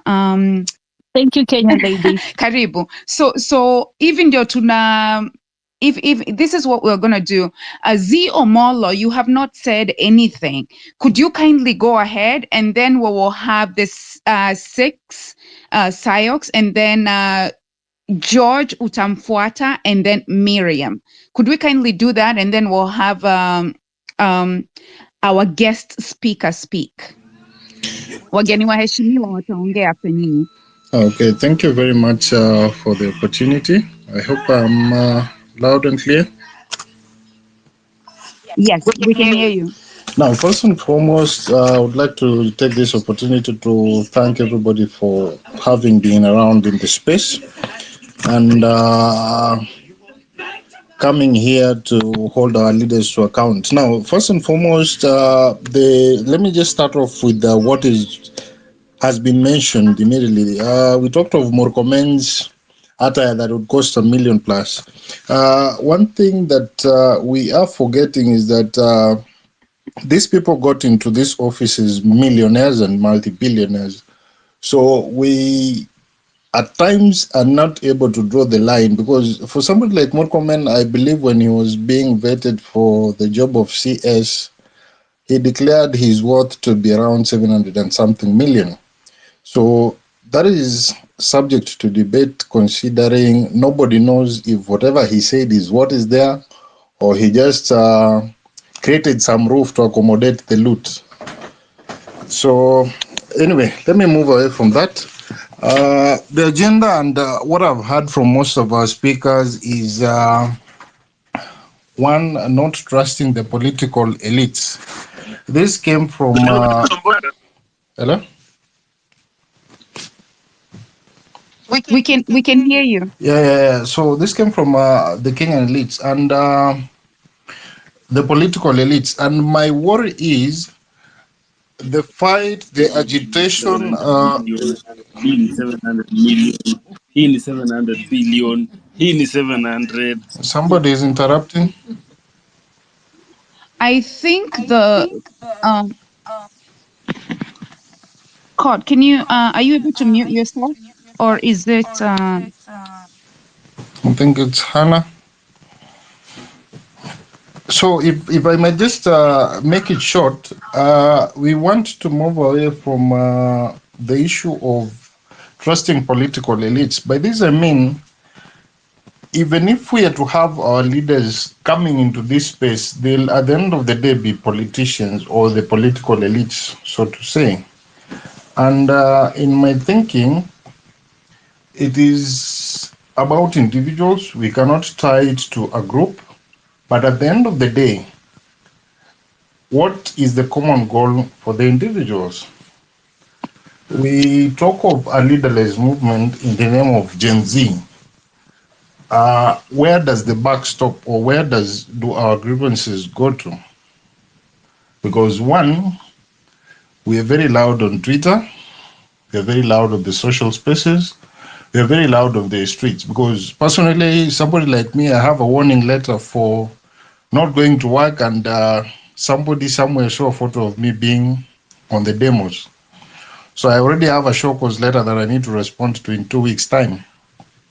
So where are we targeting our strength to? Because in these spaces, I've realized over time, we start off so well, but in the long run, it degenerates into conversations about history and all that. The distinguished Professor Kibwana, there's Council Kabando, I've talked about numerous times about constitutionalism, bringing in Githongo and so on and so forth. It is not bad, neither is it wrong. However, the question would be, don't we have another Githongo in the crop of Gen Zs or millennials that are there? My thinking is Githongo agitated for the problems that were there then.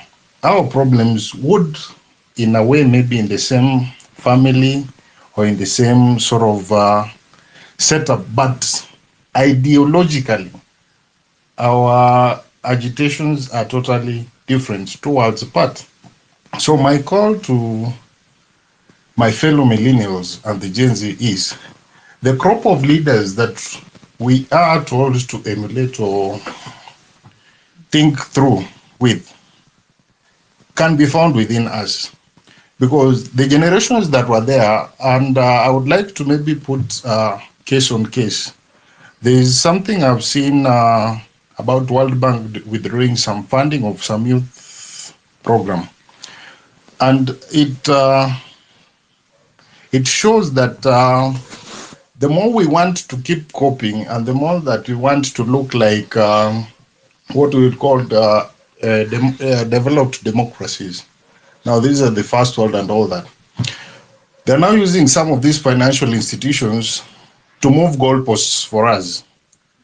They keep moving the target, they keep moving the bullseye. So at the end of the day, when we think we're almost attaining something, they're very quick to move with the goal.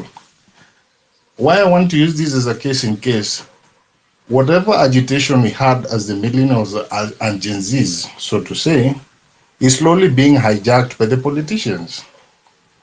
Whatever we saw today is an attempt to hijack the course of the Gen Zs and millennials. Somebody can prove me wrong.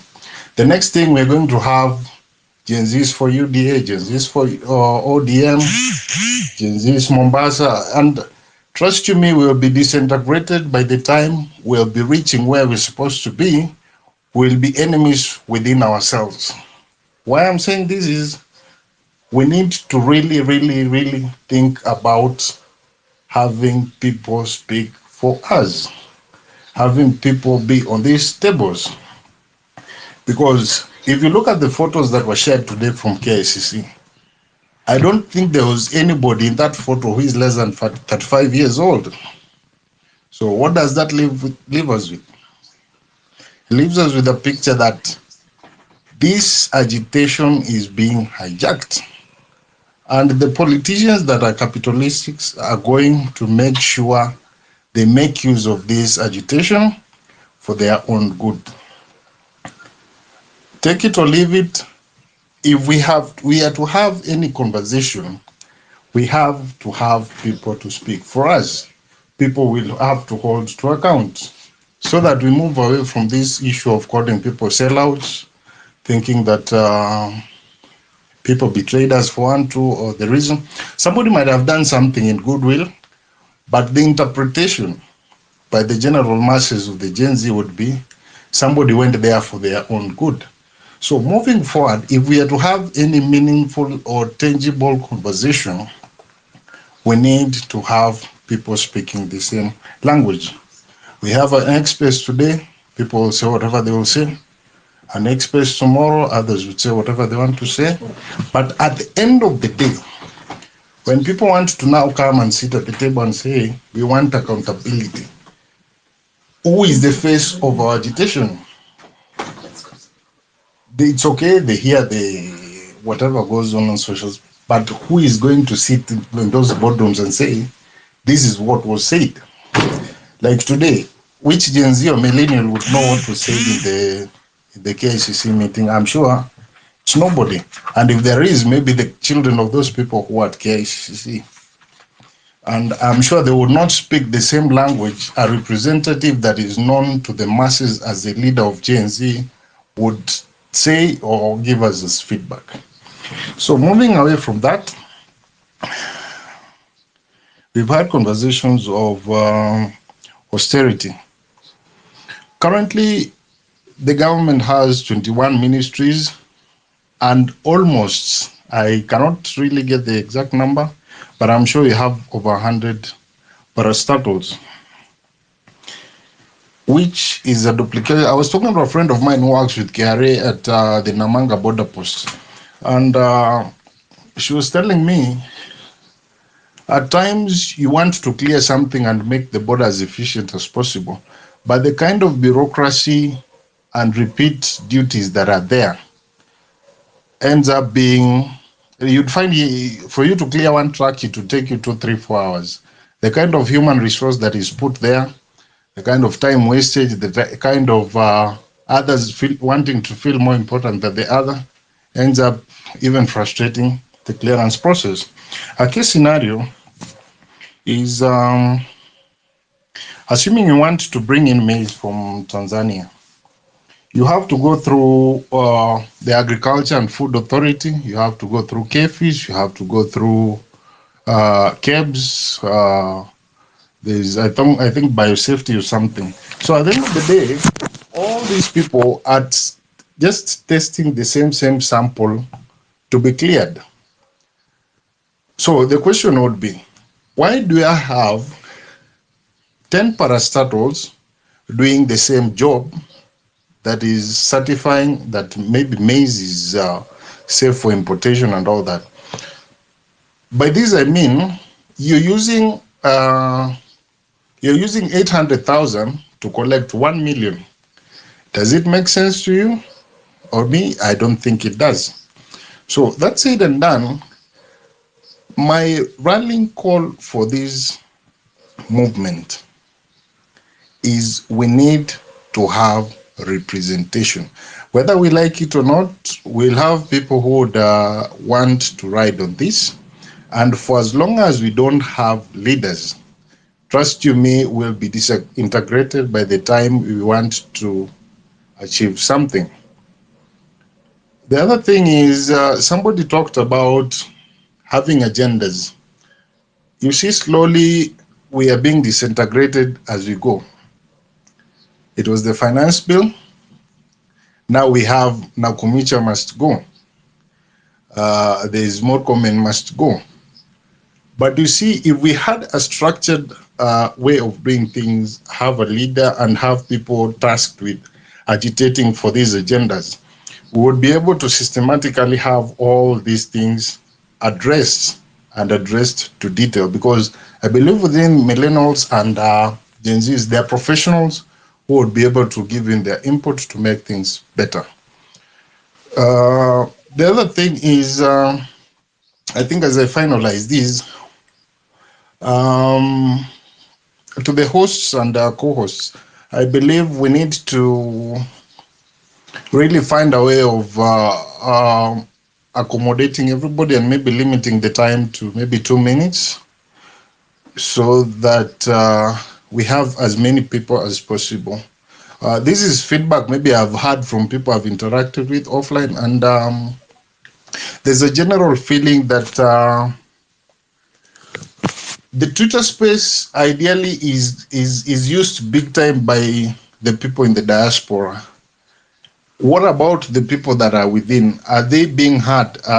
Do people want to hear what their input is? Because the conversation is, I would say in quote unquote, a notch higher.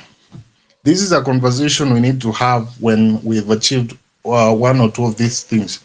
Talk of issues of IMF, talk of issues of loans and all that. We need to cure some of the cancers that are within the country. We need to put people into account that are within us. And this accountability will definitely grow into those other big issues. Because I would want to put it as a house, assuming you have your bomber there somewhere in the village. Accountability starts from your shamba boy, accountability starts from your house help, all the way to the head of the house. So the moment accountability is ingrown and starts from the lowest cadres of the society, it would go all the way to the president. Because as you put it, politicians come with money, they would bribe people. The question would be, as a voter or as a boda guy, a driver, whatever it is, when a politician wants to give me 100 shillings or 200 shillings, I have to ask myself, okay, hii pesa unanipea, umeitoa wapi? And it's okay, unanipea, how are you going to recover it? Because I don't think there's anybody who has money that they can just dish out every now and then for a cause that is not known. So the responsibility has to come down to the voter. The voter has to understand, okay, fine, I'm voting in this MC, I'm voting in this MP. What am I expected, or what is the MP expected to deliver? Because we see MPs being big on social media with the projects they're doing courtesy of NGCDF. We have to put them and tell them, okay, fine. Can you have a page for NGCDF, Kikuyu, NGCDF, Embakasi, and all that? Because I don't see why they have that entitlement of posting national projects on their personal walls, and this is taxpayers' money that is just coming back to them. So that entitlement is what we need to draw from the politicians and put them to responsibility right from voter education. So we really need to do a lot of civic education, a lot of awareness, because you see, there are people who blog and talk about, talk of even senators. A senator does not have any funds to do any project. What they're supposed to do is oversight. But you'd hear somebody say, the senator has not done anything for us. So it means it goes back to the aspect or the issue of voter education and people understanding. I'm sending in a senator. What is the senator supposed to do? I'm sending in a governor. What is the governor supposed to do? Because there are things as basic as what Article 235 of the Constitution says on matters, roles of the county government. Because something like health is a fully devolved function, but we still have a Ministry of Health that is causing trouble to interns and the KMPD and whatnot and so forth, and so on. Like today, I think the clinical officers were signing something with the governor. So you would ask yourself, why do we have a ministry that is causing more harm than good, and yet it's a devolved function? I think it's time we have those basic conversations that are within, we call them, I would say, the local responsibilities that we need to put to our leaders before we go into the global map and the African setup at large. So let us begin right from our households. Let us put things in order. Let us hold people to account right from where we breathe the oxygen. I think that is my submission, and I truly appreciate the space that we've gotten to at least air out our opinions and be heard. Thank you. Thank you. Thank you so much to Z Omol. I think was that Miriam about to speak? Kwani hamnifiki? Wewe ndio 6, right? 6 tayo. Yeah, so tulikuwa tuende Zio Molo, alafu wewe, alafu Miriam, lakini naona Miriam ni kama umeweka mkono chini, alafu Professor nafikiri ameinua mkono. But before the rest of your questions are responded to, Mr. Z, I want to quickly submit something real quick about the diaspora. Sijui spaces zenye umekwenda, you know, how it has been, but or rather how the movement, the current movement unaielewa. We need to, I think, allow all stakeholders to bring their emphasis or to bring whatever they are bringing to the table. And I think this is a movement that we have continued to say all along that it has been organic. I personally nilikuwa hapa hata before the first maandamano ifanywe. And the only thing I want to tell you, and that's what I know diaspora is doing, and also other groups of, you know, upper generations, all we are doing is value addition. That's it. I don't know which part that, you know, has made you uncomfortable to feel that maybe we are penetrating or diaspora is penetrating. I live halfway. I live both at home and also in the diaspora. But I want to assure you what I have done from the beginning, even when the discussion started, even before anything was planned, was value addition. You know, I don't want to say specifically what exactly the value additions could be, but it's a lot, you know. But that's all we are doing. That's all we are doing is adding value. But if you feel that you have an input as far as that, you can let us know. Thank No, you. what I'm saying is, the impact by the diaspora is, I would say, is elating, and it's really encouraging. What I was alluding to was in terms of the Twitter spaces that we tend to attend. Mostly, the number of times I've attended them, you would find that it's I would say it's almost a clique of people, because the people you would find, a majority of the people you found that have spoken or talked to us today, you go to another space, they're the same people who would be given priority to talk to people.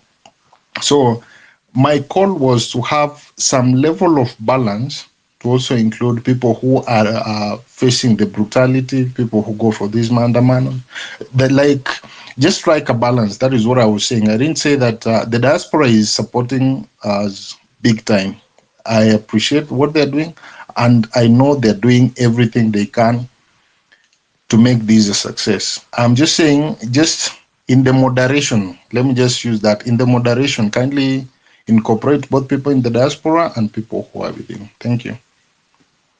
All right. Nimekuelewa, and I hope ifikie court and Afrocentric. I hope you heard what he said.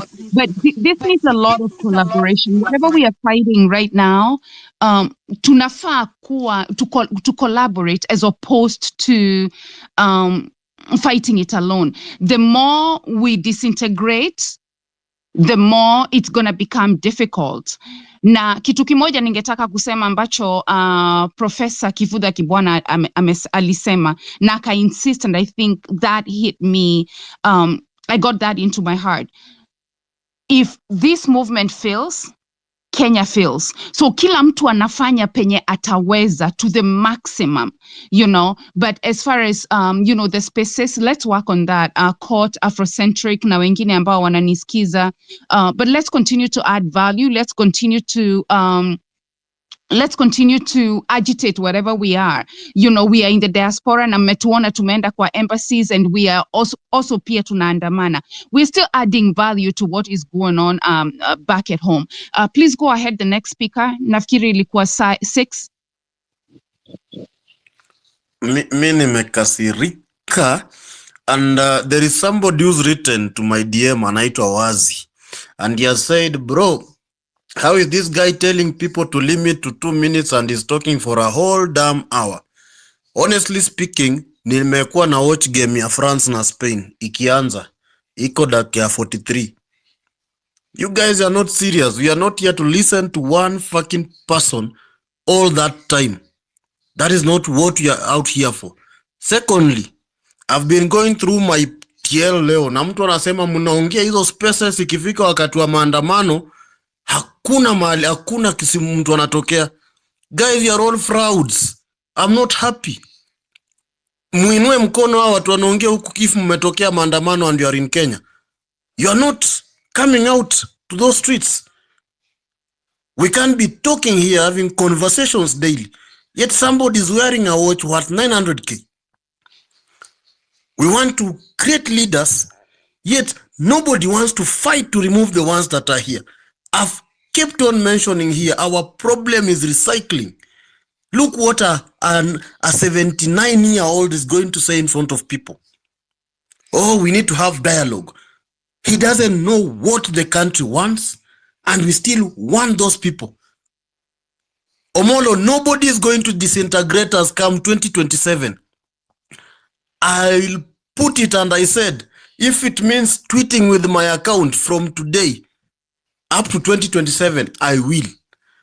Until people know that we don't want this set of leaders that are there. They must all go home. What we want is good governance. Mimi siko hapa, I get more than 100 DMs daily. Nitumie cabbage, nitumie cabbage. Is that what I want people to be telling me here on Twitter? No. Nataka hata mimi nipigie Marvin nimwambie Mavo uko wapi? Twende tukule nyama pale Kamakis, tukimaliza tuingie Kenwood address pale. Tupige drink, Mattel, turudi home to doze. Honestly speaking, we are speaking here and I'm very mad because by the time you are seeing these leaders uniting, right now tunafaa tukua hata kesho tumepanga. Huyo Murkomen mwenye alisema amevaa saa 900k. Occupy his office tomorrow. Let him know the wrath of people and let them know ni sisi tumewa-employ. Si wao wametu-employ, ni sisi tumewa-employ. We are paying them with our taxes. Guys, especially people who are in Kenya, and I said it, there is nobody who is woke. You can't be woke and you're earning 50,000, you're earning 100,000 in somebody's office and you say you're earning money. That is damn small money. Go out, protest for a better future. We want people to be paid good salaries. We want good working environments. We want good roads, good drainage system. Have you walked in Nairobi? Personally, there is no street in Nairobi I don't know. Start from Koja, twende hadi OTC, Kamukunji. There is no place I haven't passed to because I worked in that city. There is a place hauwezi pita Nairobi town kama haujavaa mask because you'll suffocate. We are here, we are leaving these leaders to keep carrying us shit. Ruto is strategizing daily, breaking us daily. But you are here coming to speak on spaces and you are not going out there on those streets. Let us, whatever we say here is whatever we should be doing.